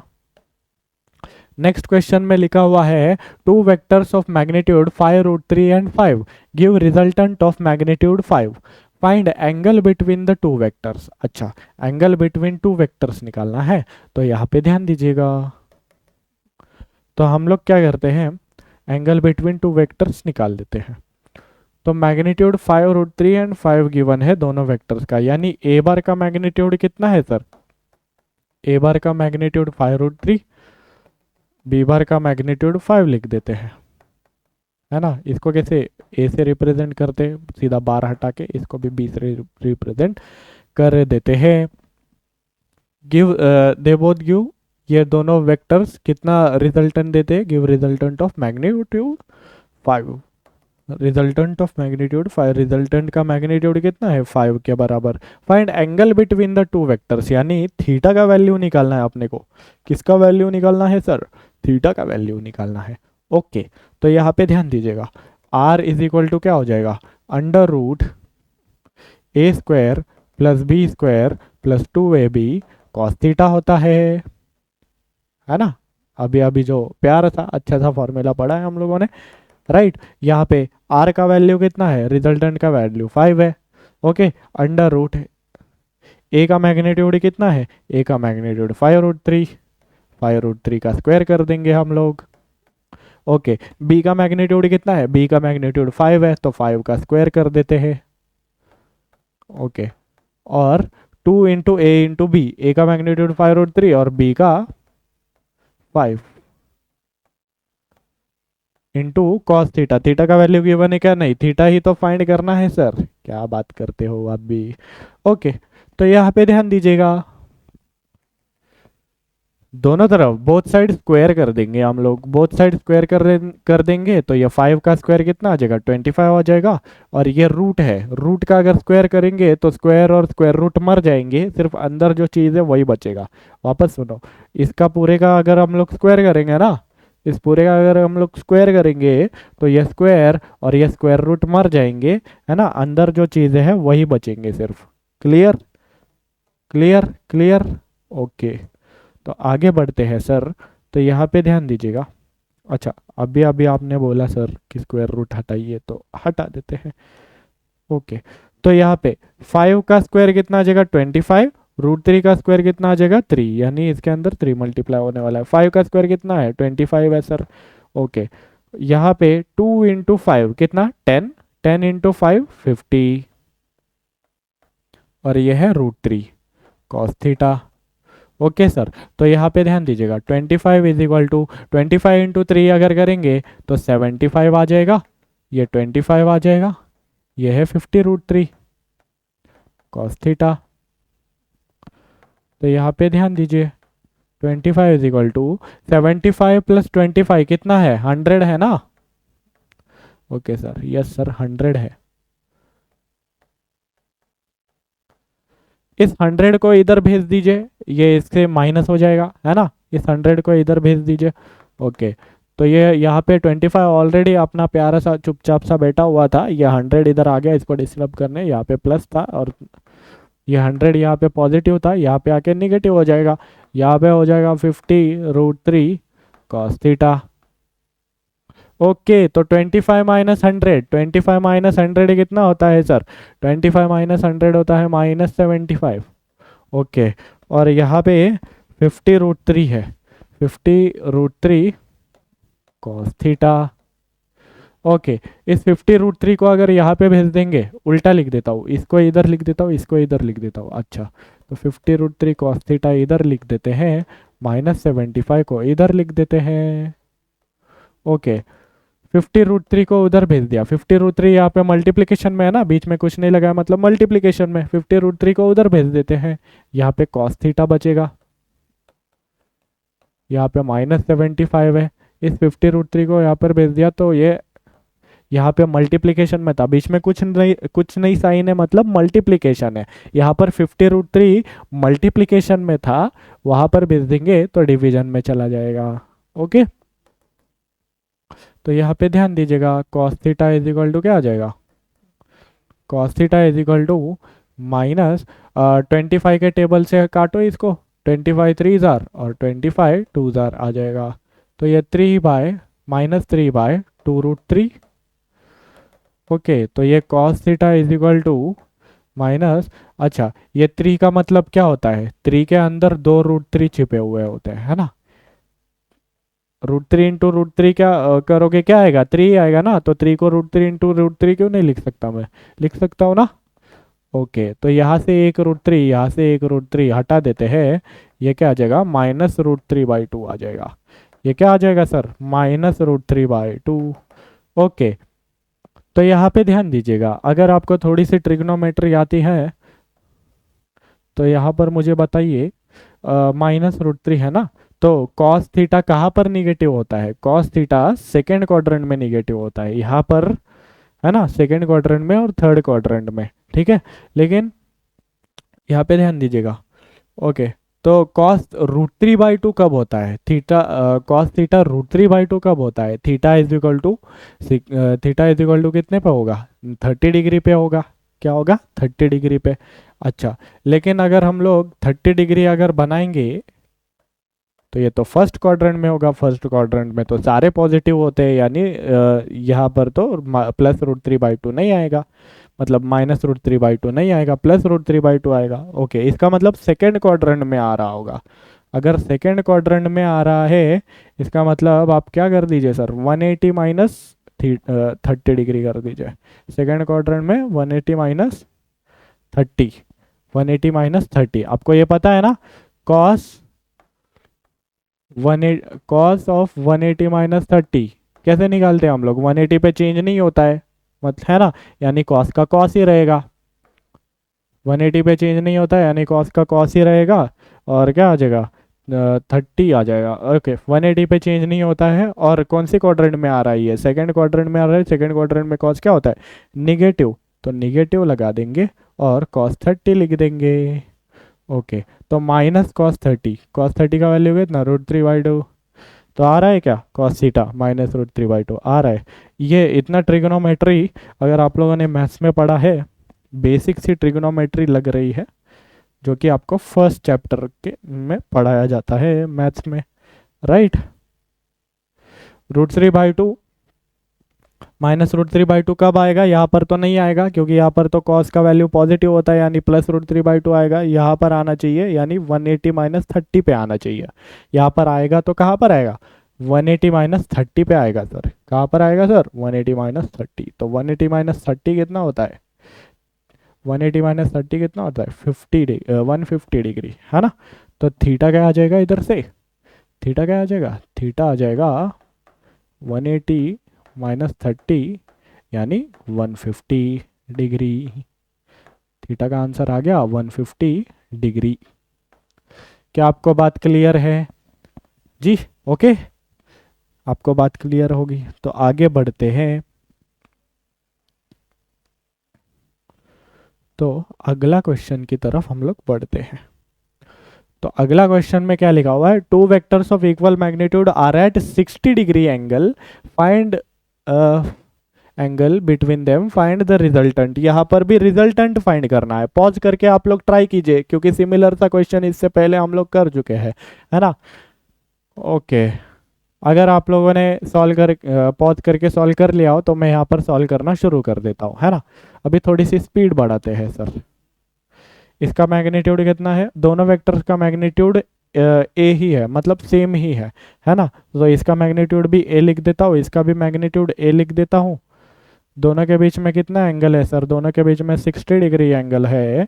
और अपने को रिजल्टेंट निकालना है, क्या निकालना है, रिजल्टेंट। वापस इस वेक्टर को अगर यहाँ पर बनाऊंगा, है ना, तो ट्रायंगल लॉ के हिसाब से, यानी फर्स्ट वेक्टर जहाँ पे खत्म हुआ वहां पर सेकंड वेक्टर अगर आ रहा है तो फर्स्ट वेक्टर के टेल से दूसरे वेक्टर के हेड तक जो बनाएंगे आप, वही आएगा रिजल्टेंट। वही क्या आएगा, रिजल्टेंट आएगा। ओके, रिजल्टेंट का मैग्नीट्यूड अपने को फाइंड करना है। तो मैग्नीट्यूड अगर फाइंड करना है तो R is equal to under root A square plus B square plus 2ab cos theta करना होगा, है ना।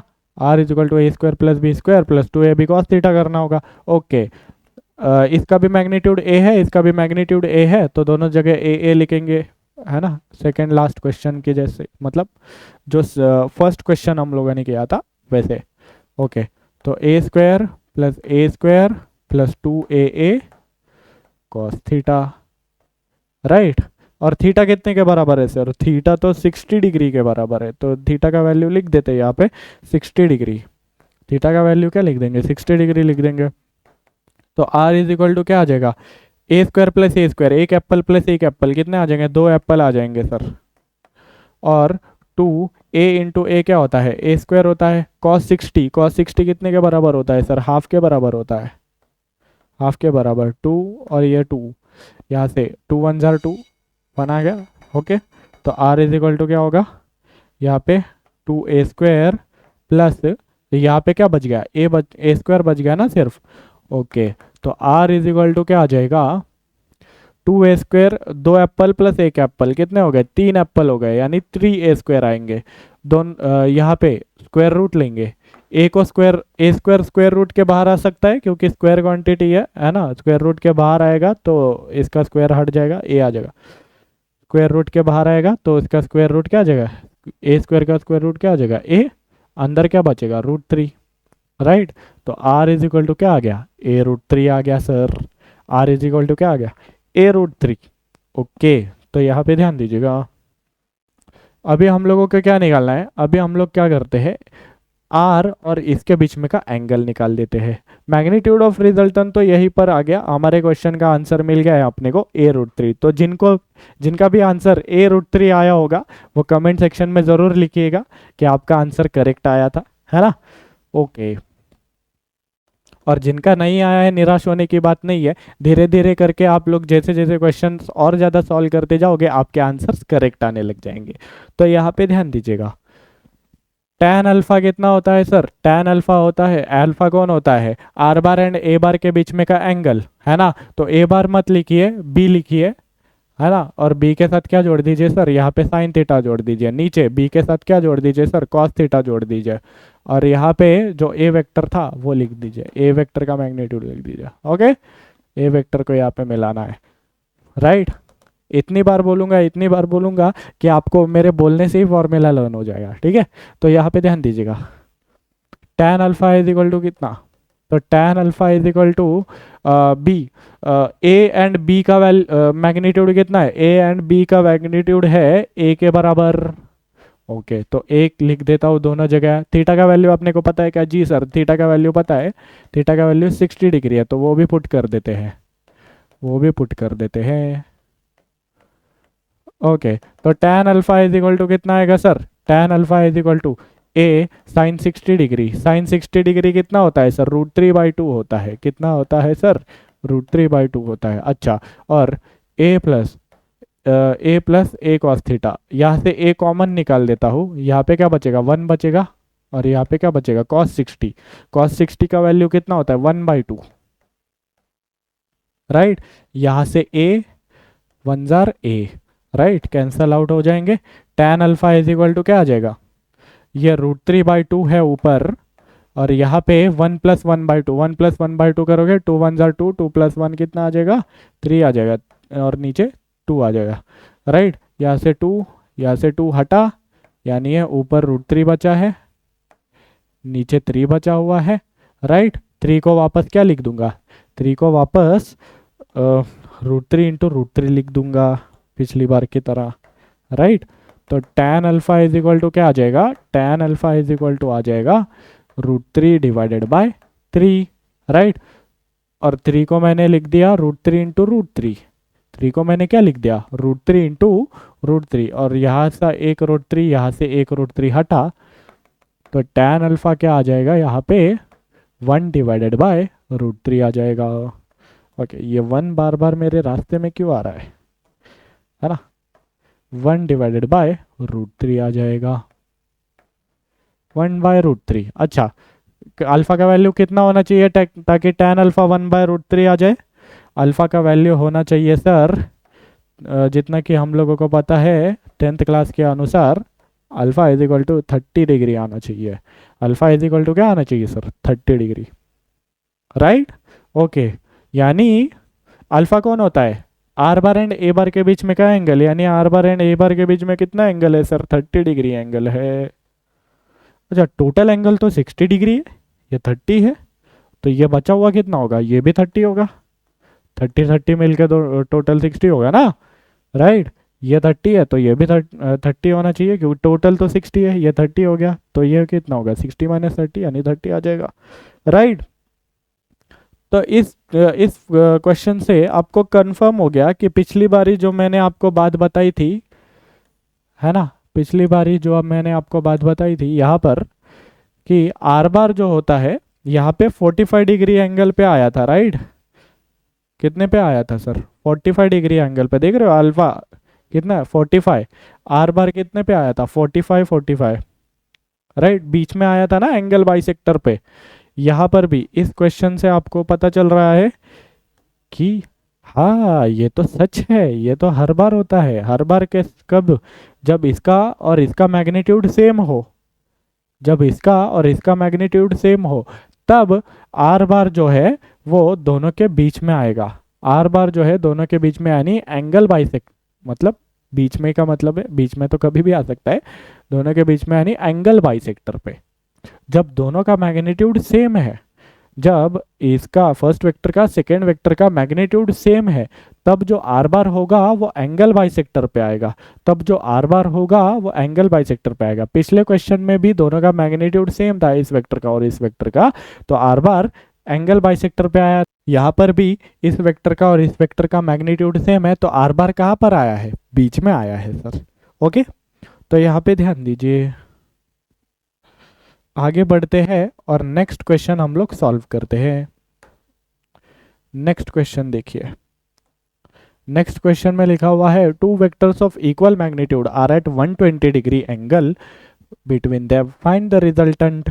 अच्छा, अभी ये लोग ये वाला क्वेश्चन तो आप इजीली सॉल्व कर सकते हो कि सेम, क्योंकि सेम टाइप के दो क्वेश्चंस हम लोग ऑलरेडी सॉल्व कर चुके हैं, सेम टाइप के दो क्वेश्चंस हम लोग ऑलरेडी सॉल्व कर चुके हैं, यानी दो सेम मैग्नीट्यूड के वेक्टर होंगे, है ना। इसका मैग्नीट्यूड लिखा है यहाँ पे मैंने, सेम मैग्नीट्यूड के वेक्टर्स है ना, और एक दूसरे से कितने एंगल पर है सर, 120 डिग्री एंगल पर है। तो हमें रिजल्टेंट निकालना है वापस। रिजल्टेंट अगर निकालना है तो आर इज इक्वल टू क्या होगा, √a² + b² + 2ab cos theta आएगा। यहाँ पे a और b की वैल्यू पुट कर दीजिए, दोनों का मैग्नीट्यूड सेम है तो दोनों जगह वापस वही सेम सेम हम लोग कारनामा करने वाले, राइट। cos थीटा, थीटा कितने के बराबर है 120 डिग्री के बराबर, तो यहाँ पर पुट कर देते हैं 120, राइट। ओके, तो यहाँ पे r इज इक्वल टू कितना आ जाएगा, √a² + a², एक एप्पल प्लस एक एप्पल कितने हो गए, दो एप्पल हो गए, क्लियर। यहाँ पे a क्या हो जाएगा, a² आ जाएगा, cos 120 का वैल्यू कितना होता है सर, cos 120 मतलब 180 - 60, cos 120 मतलब ये टोटल 180 है ना, 180 में से 60 हटा दो, इधर आएगा कुछ, cos 120 मतलब cos 180 - 60 हो जाएगा। अच्छा, 180 मतलब चेंज नहीं होगा सर, है ना, चेंज नहीं होगा, ओके। और सेकंड क्वाड्रेंट में आ रहा है तो cos निगेटिव हो जाएगा, जो भी वैल्यू आ रही है ना, -cos 60 आएगा, क्या आएगा सर, माइनस कॉस 60 आएगा। अच्छा, कॉस 60 का वैल्यू कितना होता है सर? कॉस 60 का वैल्यू होता है 1/2। तो ये क्या वैल्यू कितना आएगा? -1/2 आएगा सर। वैल्यू कितना आएगा सर इसका? -1/2। तो इस कॉस 120 का वैल्यू यहाँ पे लिख देता हूँ, -1/2, है ना। यहाँ से टू टू हटा, है ना। प्लस इंटू माइनस क्या आ जाएगा? माइनस आ जाएगा। प्लस इंटू माइनस माइनस आ जाएगा। तो यहाँ पे ध्यान दीजिए, ये प्लस इंटू माइनस, यहाँ पे माइनस लिख दिया, और यहाँ पे ए स्क्वायर इंटू 1 क्या आ जाएगा? ए स्क्वायर ही आ जाएगा, है ना। अच्छा, ये रूट इतना बड़ा क्यों बना देते हो सर आप? तो यहाँ पे ध्यान दीजिए, 2a² में से a² हटाएंगे, क्या आ जाएगा? a² आ जाएगा। और इसका अगर हम लोग स्क्वायर रूट लेंगे, ये स्क्वायर और स्क्वायर रूट मर गए, तो अंदर क्या बचा? ए ही बचा ना। स्क्वायर और स्क्वायर रूट मर गए, तो अंदर यहाँ पे क्या बचा? ए। यानी रिजल्टेंट का जो मैग्नीट्यूड है वो कितने के बराबर आ रहा है? ए के ही बराबर आ रहा है। मतलब तीनों भाई भाई हो गए। तीनों क्या हो गए सर? भाई भाई। अच्छा, भाई भाई हो गए क्या? ये इक्वल, ये भी ये ए मैग्नीट्यूड का है, ये भी ए मैग्नीट्यूड का है, रिजल्टेंट भी क्या आ जाएगा? ए ही आ जाएगा, है ना। तीनों सेम मैग्नीट्यूड के आएंगे, ये फर्स्ट वेक्टर, सेकंड वेक्टर और रिजल्टेंट वेक्टर। ठीक है। और वो जो एंगल वाला चीज़ था वो आप कैसे बताओगे सर? ठीक है, वो भी कैलकुलेट कर लेते हैं, है ना। टेन अल्फ़ा कैलकुलेट कर देते हैं वापस आपके लिए तीसरी बार।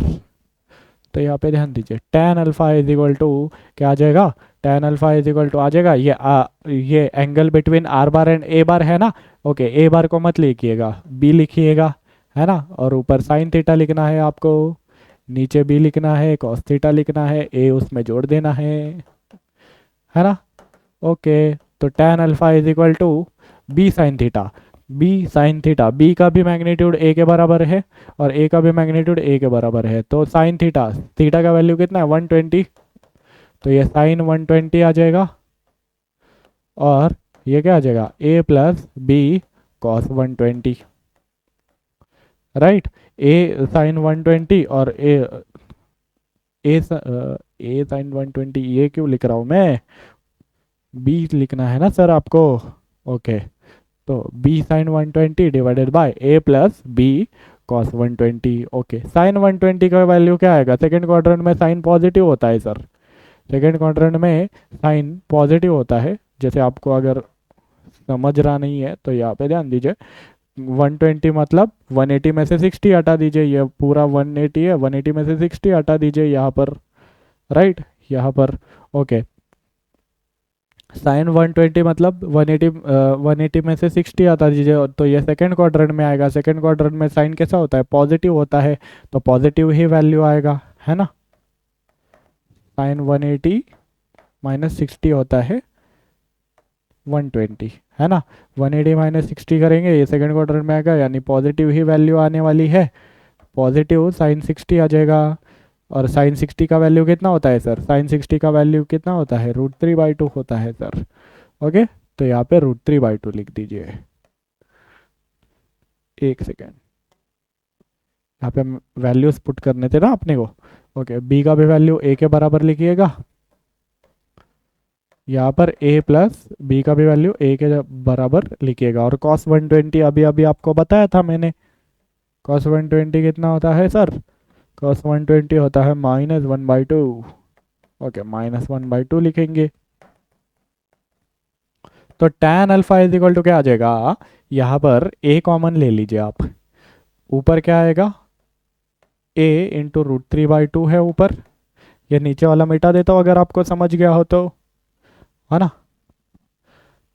तो यहाँ पे ध्यान दीजिए, यहाँ पे tan alpha is equal to a√3/2, और नीचे tan alpha is equal to, ऊपर तो a√3/2 है, और नीचे क्या आएगा? नीचे से a कॉमन ले लेंगे तो यहाँ पे 1 बचेगा, है ना। और ये प्लस इंटू माइनस क्या हो जाएगा? ब्रैकेट मतलब मल्टीप्लिकेशन ना, प्लस इंटू माइनस क्या आ जाएगा? माइनस आ जाएगा। ए कॉमन ले रखा है ना। तो ए लिखने की ज़रूरत नहीं है वहाँ पे, 1/2, right.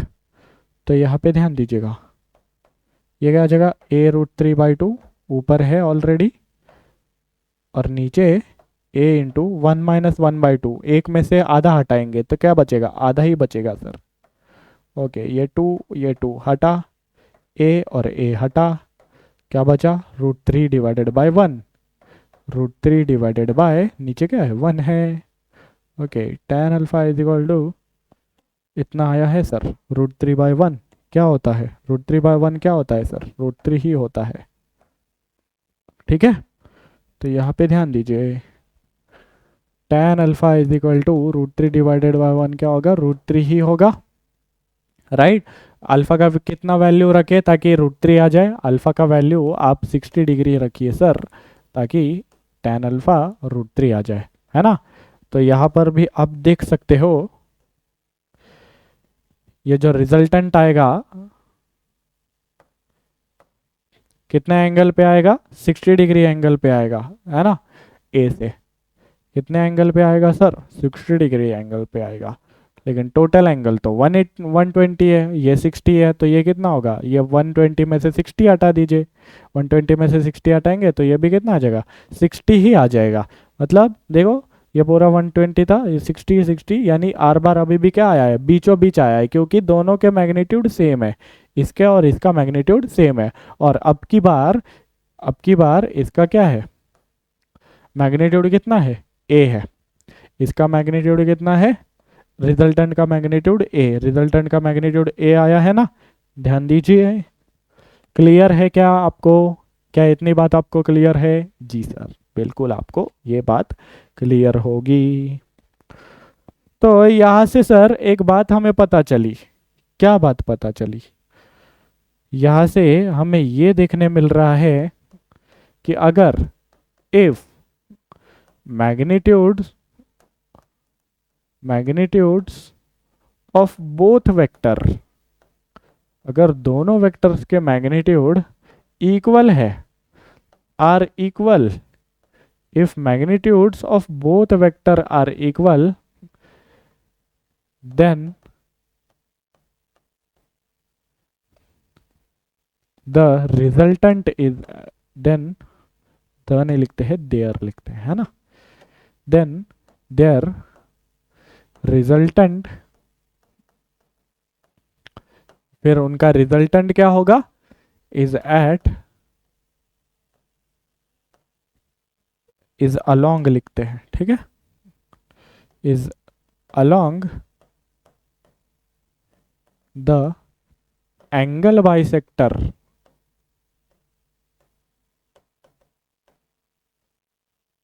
along the angle bisector, right.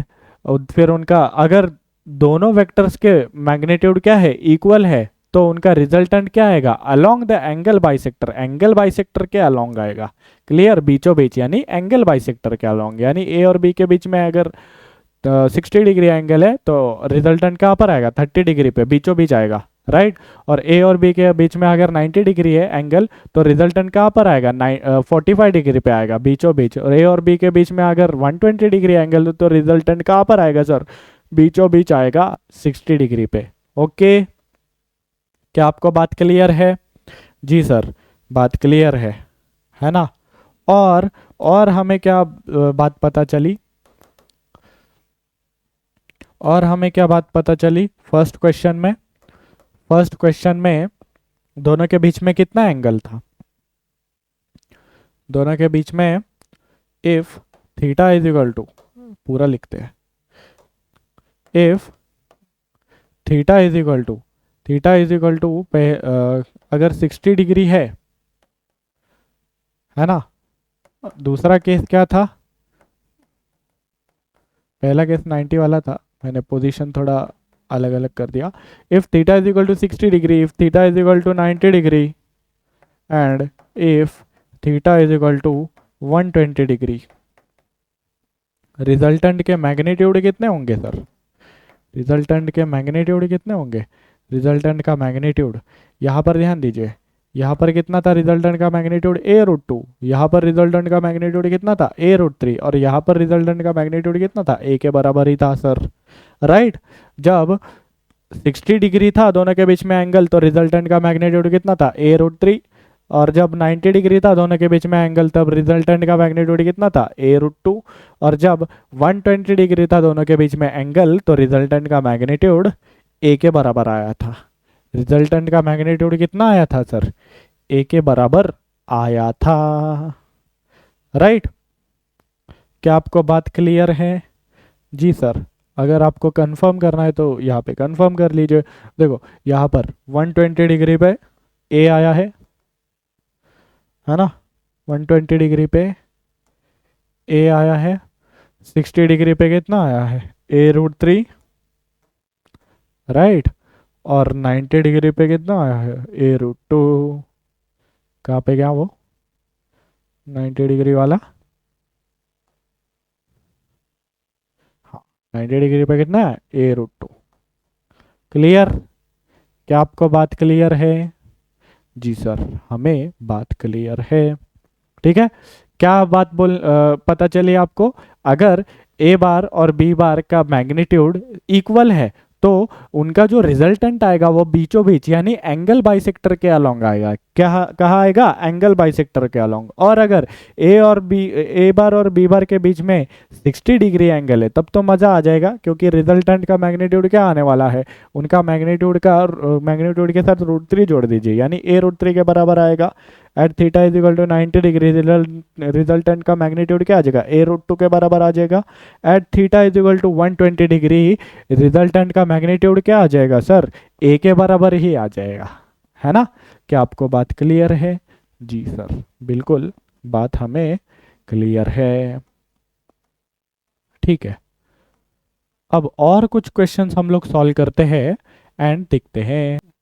तो चलिए ये वाला क्वेश्चन सॉल्व करते हैं। यहाँ पर क्या लिखा हुआ है, find the angle between A bar and resultant addition vector of A bar and B bar if A bar is equal to 3√3 units along X axis and B bar is equal to 3 units along Y axis.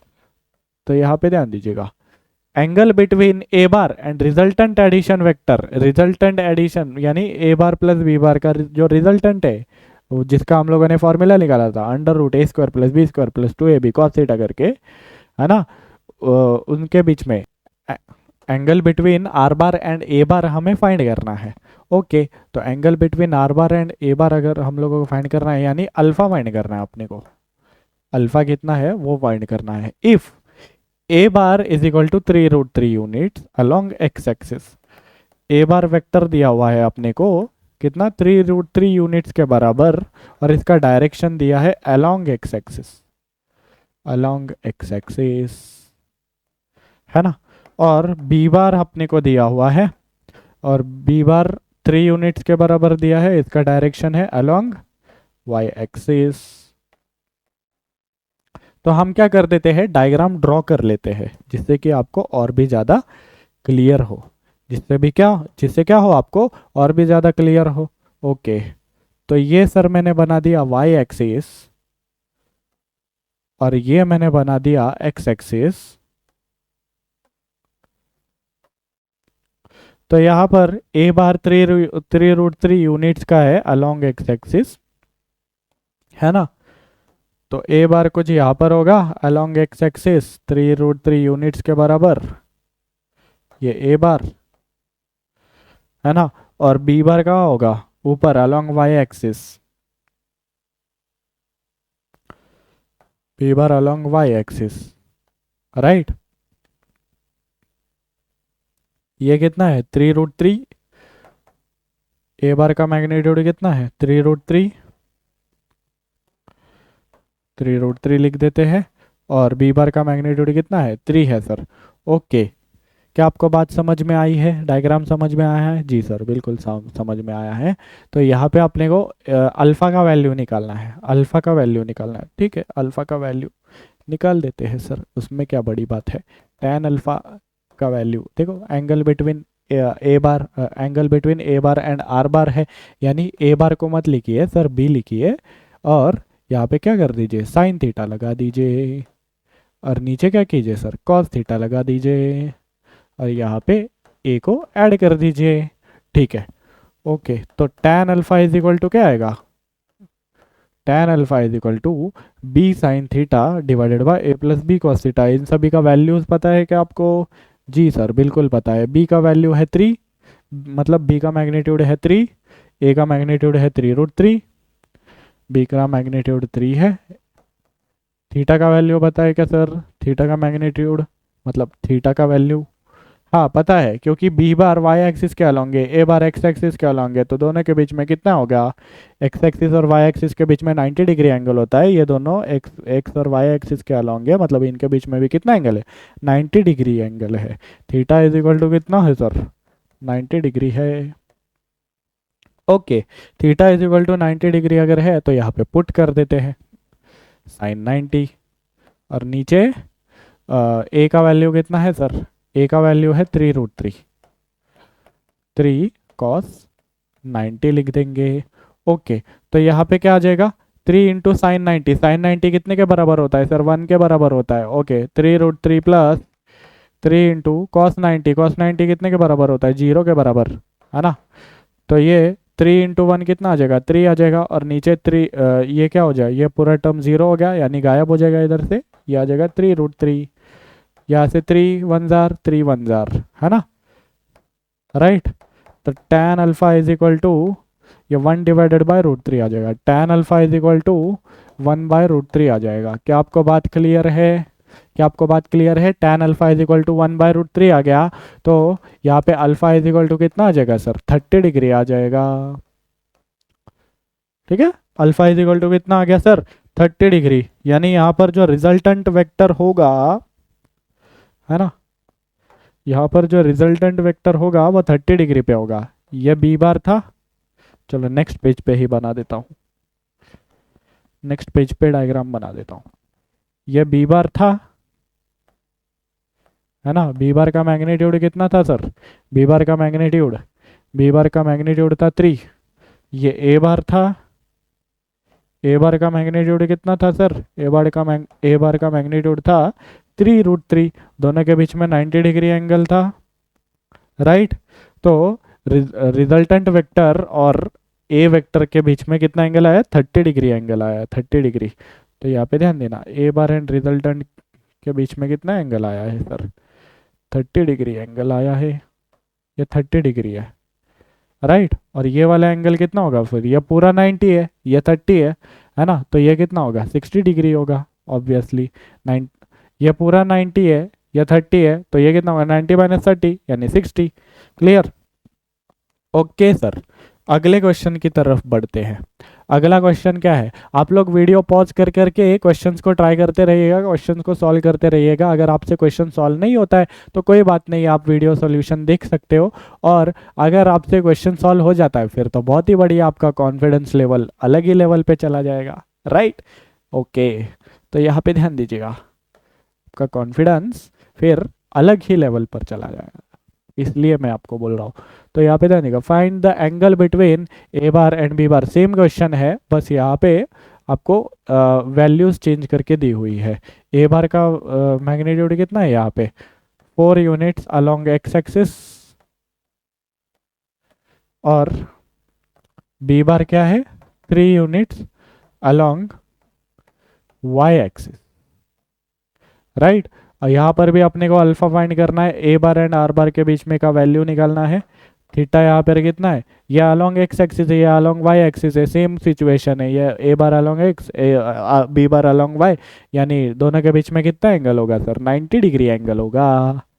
कितना? 90 degree. X and Y axis के बीच में कितना angle होता है sir? 90 degree angle होता है। Clear? Okay, तो यहाँ पे ध्यान दीजिएगा, अगर ऐसा है तो हम लोग क्या करते हैं? tan अल्फा का वैल्यू निकाल लेते हैं। tan अल्फा का वैल्यू कितना होगा सर? tan अल्फा का वैल्यू होगा, यहाँ पर ये क्या है वापस समझा देता हूँ आपको। ये क्या है? Angle between A bar and R बार, है ना? अब तो आपको रट गया होगा। यहाँ पर ऊपर साइन थीटा जोड़ के लिख दीजिए बी के साथ, यहाँ पर नीचे कॉस थीटा जोड़ के लिख दीजिए बी के साथ, और यहाँ पर प्लस ए कर दीजिए। ओके, तो tan alpha is equal to क्या आएगा?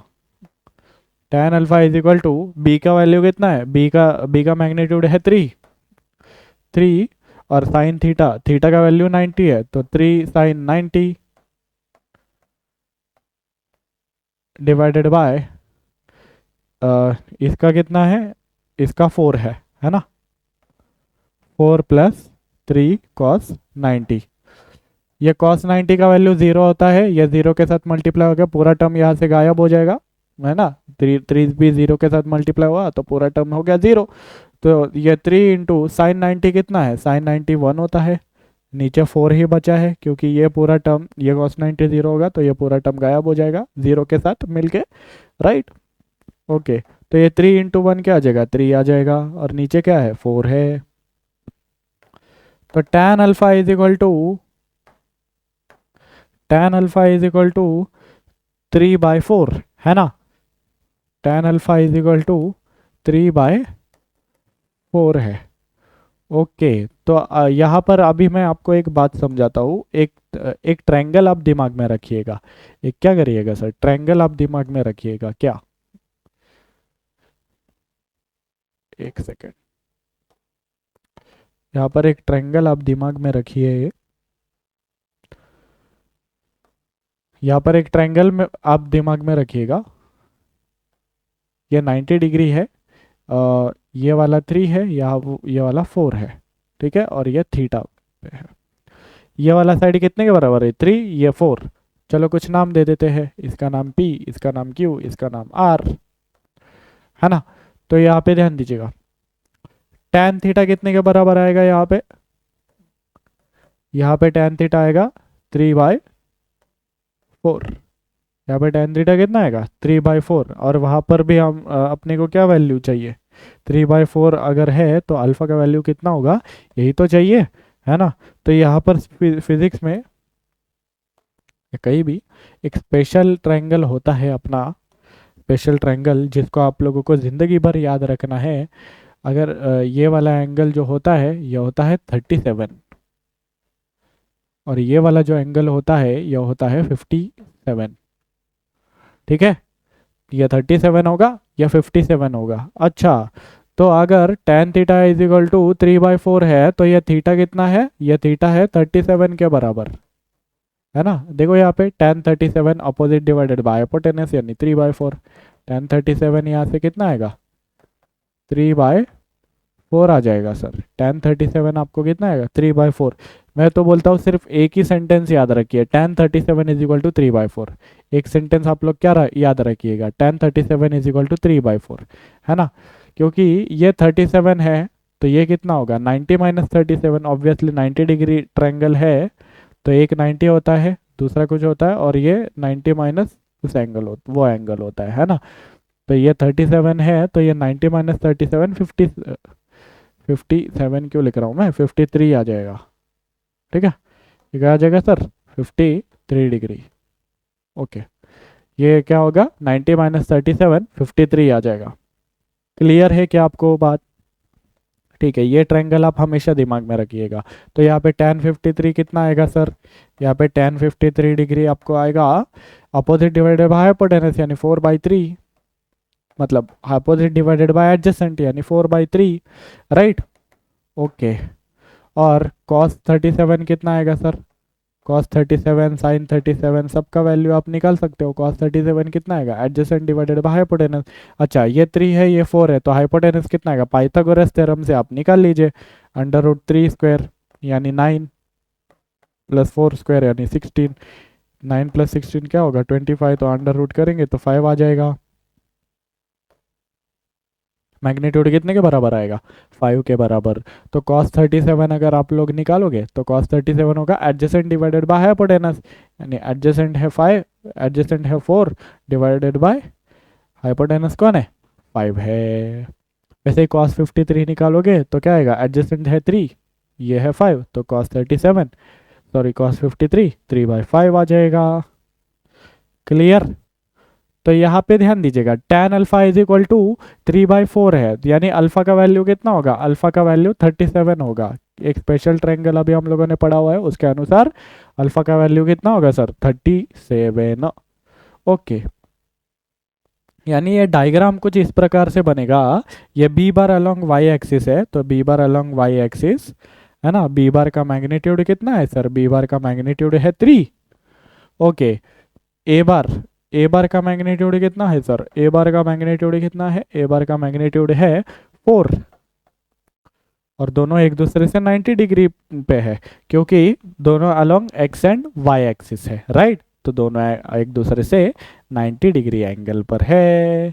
ओके, तो यहाँ पे बीच में रिजल्टेंट देखिए, रिजल्टेंट यहाँ पर आएगा कुछ।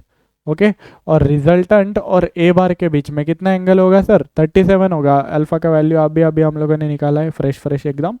तो ये कितना होगा 37, और ये कितना होगा 90 माइनस 37, है ना। ये पूरा 90 है, ये 37 है, तो ये 90 माइनस 37 यानी 53 आ जाएगा, राइट। ओके सर, तो यहाँ पे आगे बढ़ते हैं हम लोग। तो नेक्स्ट क्वेश्चन में देखो क्या लिखा हुआ है, सेम टू सेम क्वेश्चन है। यहाँ पर भी वैल्यूज चेंज करके दी हुई है। ए बार का, ए बार का वैल्यू कितना दिया हुआ है आपको, √3 यूनिट्स अलोंग एक्स एक्सिस, और बी बार का वैल्यू कितना दिया हुआ है आपको, 3 यूनिट्स अलोंग वाई एक्सिस। अच्छा, ऐसा है। अपने को अल्फा का वैल्यू फाइंड करना है। अभी भी थीटा का वैल्यू कितना है 90 डिग्री। तो tan अल्फा का फॉर्मूला लगा देंगे, है ना। tan अल्फा का फॉर्मूला अभी तो रट्टू तोता हो गया हम लोगों को। tan अल्फा कितना होगा, b sine theta divided by a plus B cos theta, right. b sine theta, तो साइन थीटा कितने, थीटा कितने के बराबर है 90 डिग्री, तो b साइन 90, और a का और b का मैग्नीट्यूड कितना है 3 और √3।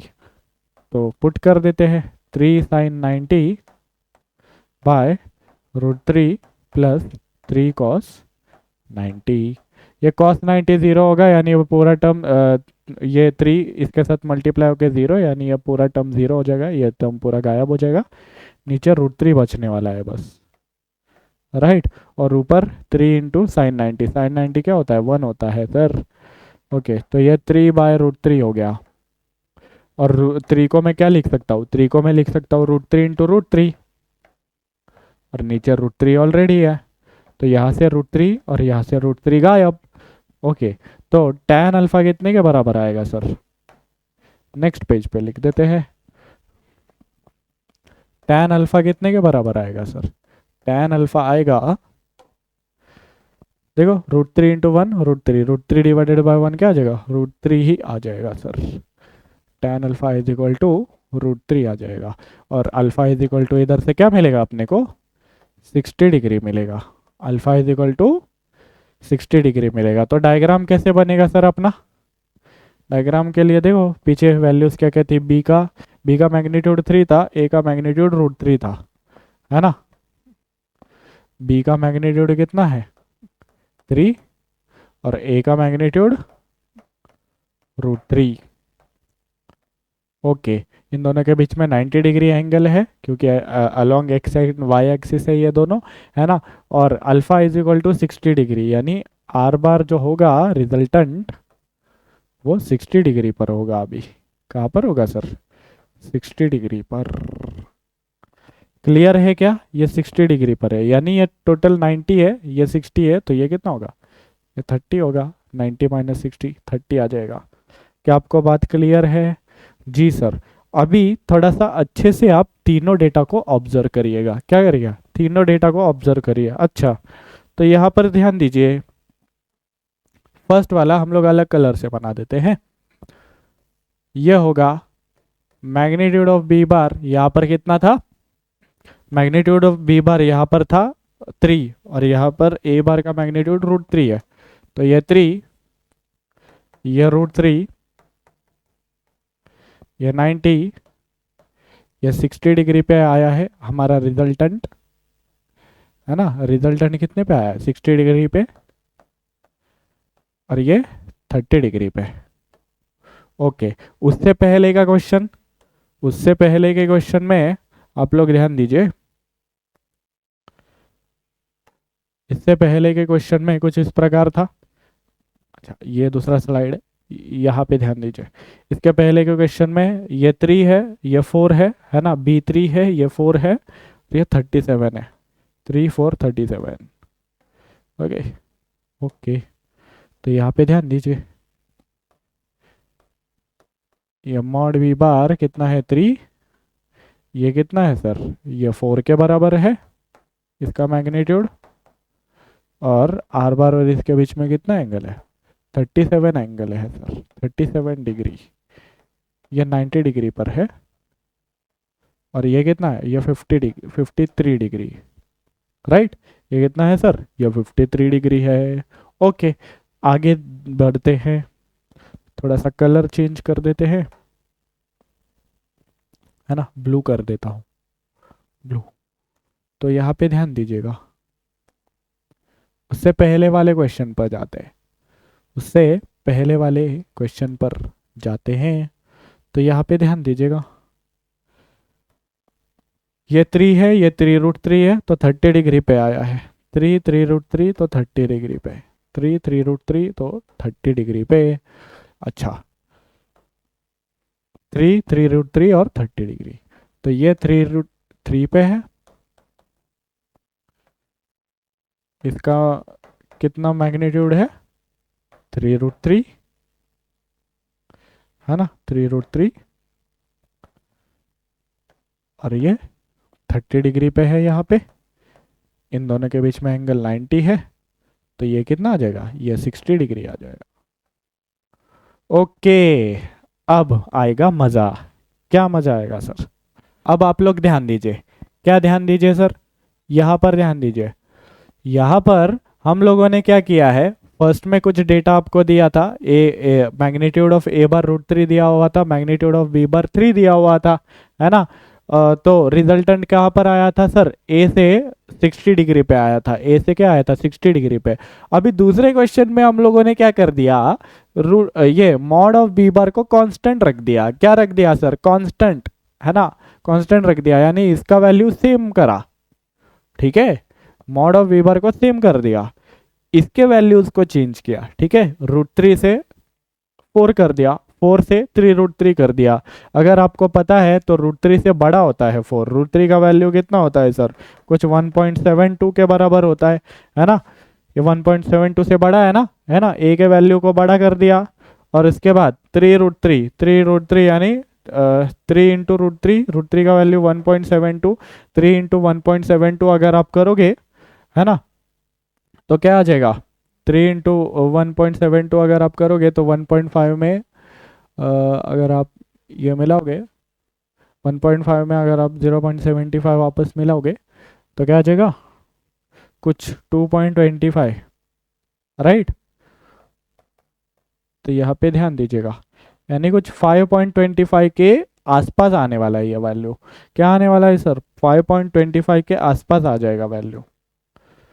ओके, 5.25 के आसपास, मतलब इससे भी बड़ा है ये वैल्यू, है ना, ये वैल्यू इससे भी बड़ा है। इतनी बात क्या आपको क्लियर है। हम लोगों ने b को कांस्टेंट रख दिया, सेम रख दिया, b को बोला शांत बैठो जरा, और हम लोगों ने क्या कर दिया, a के वैल्यू को बढ़ाया, a के वैल्यू को क्या किया, बढ़ाया। तो आप लोग रिजल्टेंट का नेचर देख सकते हो, पहले a से दूर था, एट 60 डिग्री था, जैसे ही a के वैल्यू को हम लोगों ने बढ़ाया, ये a के थोड़े से पास आ गया, 37 पे आ गया, है ना, पहले 60 था, अभी 37 पे आ गया। जब और वैल्यू हम लोगों ने बढ़ाया तब इसने और एंगल को कम कर दिया और 30 डिग्री पे आ गया, ठीक है। इससे बात क्या पता चल रही है आपको, इससे बात ये पता चल रही है कि जिसका वैल्यू, जिस वेक्टर का वैल्यू बड़ा होगा, है ना, जिस वेक्टर का वैल्यू बड़ा होगा, पहले कंपेयर कीजिए, इसका वैल्यू 3 था, इसका वैल्यू 1.72 था, है ना, तो आर बार ज्यादा पास किसके था, देखो ज्यादा पास इसके है, 30 डिग्री है ना। ओके, अब आगे बढ़ते हैं, फिर ए का वैल्यू बड़ा हो गया तो ये इधर खिसक गया, देखो ज्यादा पास किसके है, यहाँ पर 53 डिग्री है, यहाँ पर 37 है, यहाँ पे कम है, यानी ज्यादा पास ए के है, राइट। यहाँ पर और भी ज्यादा बढ़ गया, है ना, बी से, यानी और भी ज्यादा पास आ गया इससे भी, यानी जिस वेक्टर का मैग्नीट्यूड बड़ा होगा आर बार उसके पास खिसक जाता है, जिस वेक्टर का मैग्नीट्यूड बड़ा होगा आर बार उसके पास खिसक जाता है, राइट। इस ये जो कॉन्सेप्ट मैंने आपको अभी अभी बताया क्वेश्चंस के थ्रू, ये आपको बहुत सारे अच्छे अच्छे एडवांस के क्वेश्चंस या जेईई मेंस के क्वेश्चंस क्रैक करने में आपको थोड़ा सा हेल्प करेगा, राइट। तो क्या ध्यान में आया आपको बात? बिल्कुल फटाक से आपको ऐसे समझ में आई होगी क्वेश्चन सॉल्व करके कि अगर हम लोग यहाँ पे ध्यान दे रहे हैं तीनों वाले डायग्राम में, तीनों डायग्राम में, तो ए का वैल्यू जैसे जैसे बढ़ रहा है वैसे रिजल्टेंट क्या कर रहा है, दोगलापन, यानी इसके पास आते जा रहा है। क्या कर रहा है सर? पास आते जा रहा है। क्लियर? यानी जिसका वैल्यू बड़ा, रिजल्टेंट ने बोला जिसका वैल्यू बड़ा होगा मैं तो उसके पास जाऊंगा। रिजल्टेंट ने क्या बोला सर? जिसका वैल्यू बड़ा होगा मैं उसके पास जाऊंगा, राइट। तो रिजल्टेंट मेक्स, इसको अंग्रेजी में कैसे लिखेंगे सर? अंग्रेजी में मैं लिख देता हूं, है ना। Resultant makes smaller angle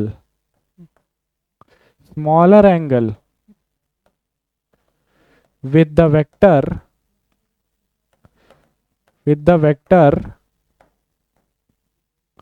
resultant makes smaller angle with the vector whose magnitude is more, या ग्रेटर भी आप बोल सकते हो, इज मोर या ग्रेटर भी आप बोल सकते हो, है ना। ब्रैकेट में लिख देता हूं, क्या करता हूं सर? ब्रैकेट में लिख देता हूं मोर, या आप ग्रेटर भी लिख सकते हो। क्या आपको कंसेप्ट समझ में आ गया, है ना।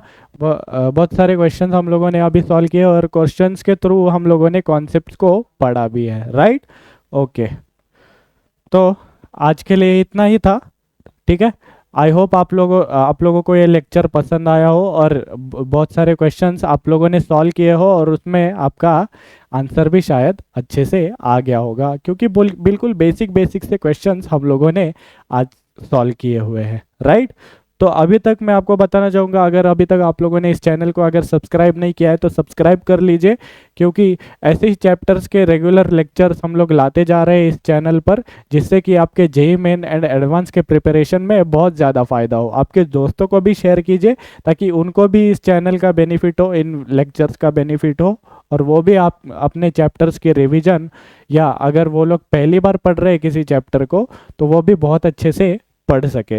ओके, अगर आपको ये लेक्चर पसंद आया है तो लाइक का बटन दबा दीजिएगा। कोई भी डाउट अगर आपको हो या आपका आंसर अगर करेक्ट आया हो तो आप कमेंट ज़रूर करिए, और इस वीडियो को आप शेयर करिए अपने दोस्तों के साथ। ओके, तो मिलते हैं हमारे अगले लेक्चर में। तब तक के लिए सीखते रहिए, सिखाते रहिए एंड प्रैक्टिस करते रहिए। बाय।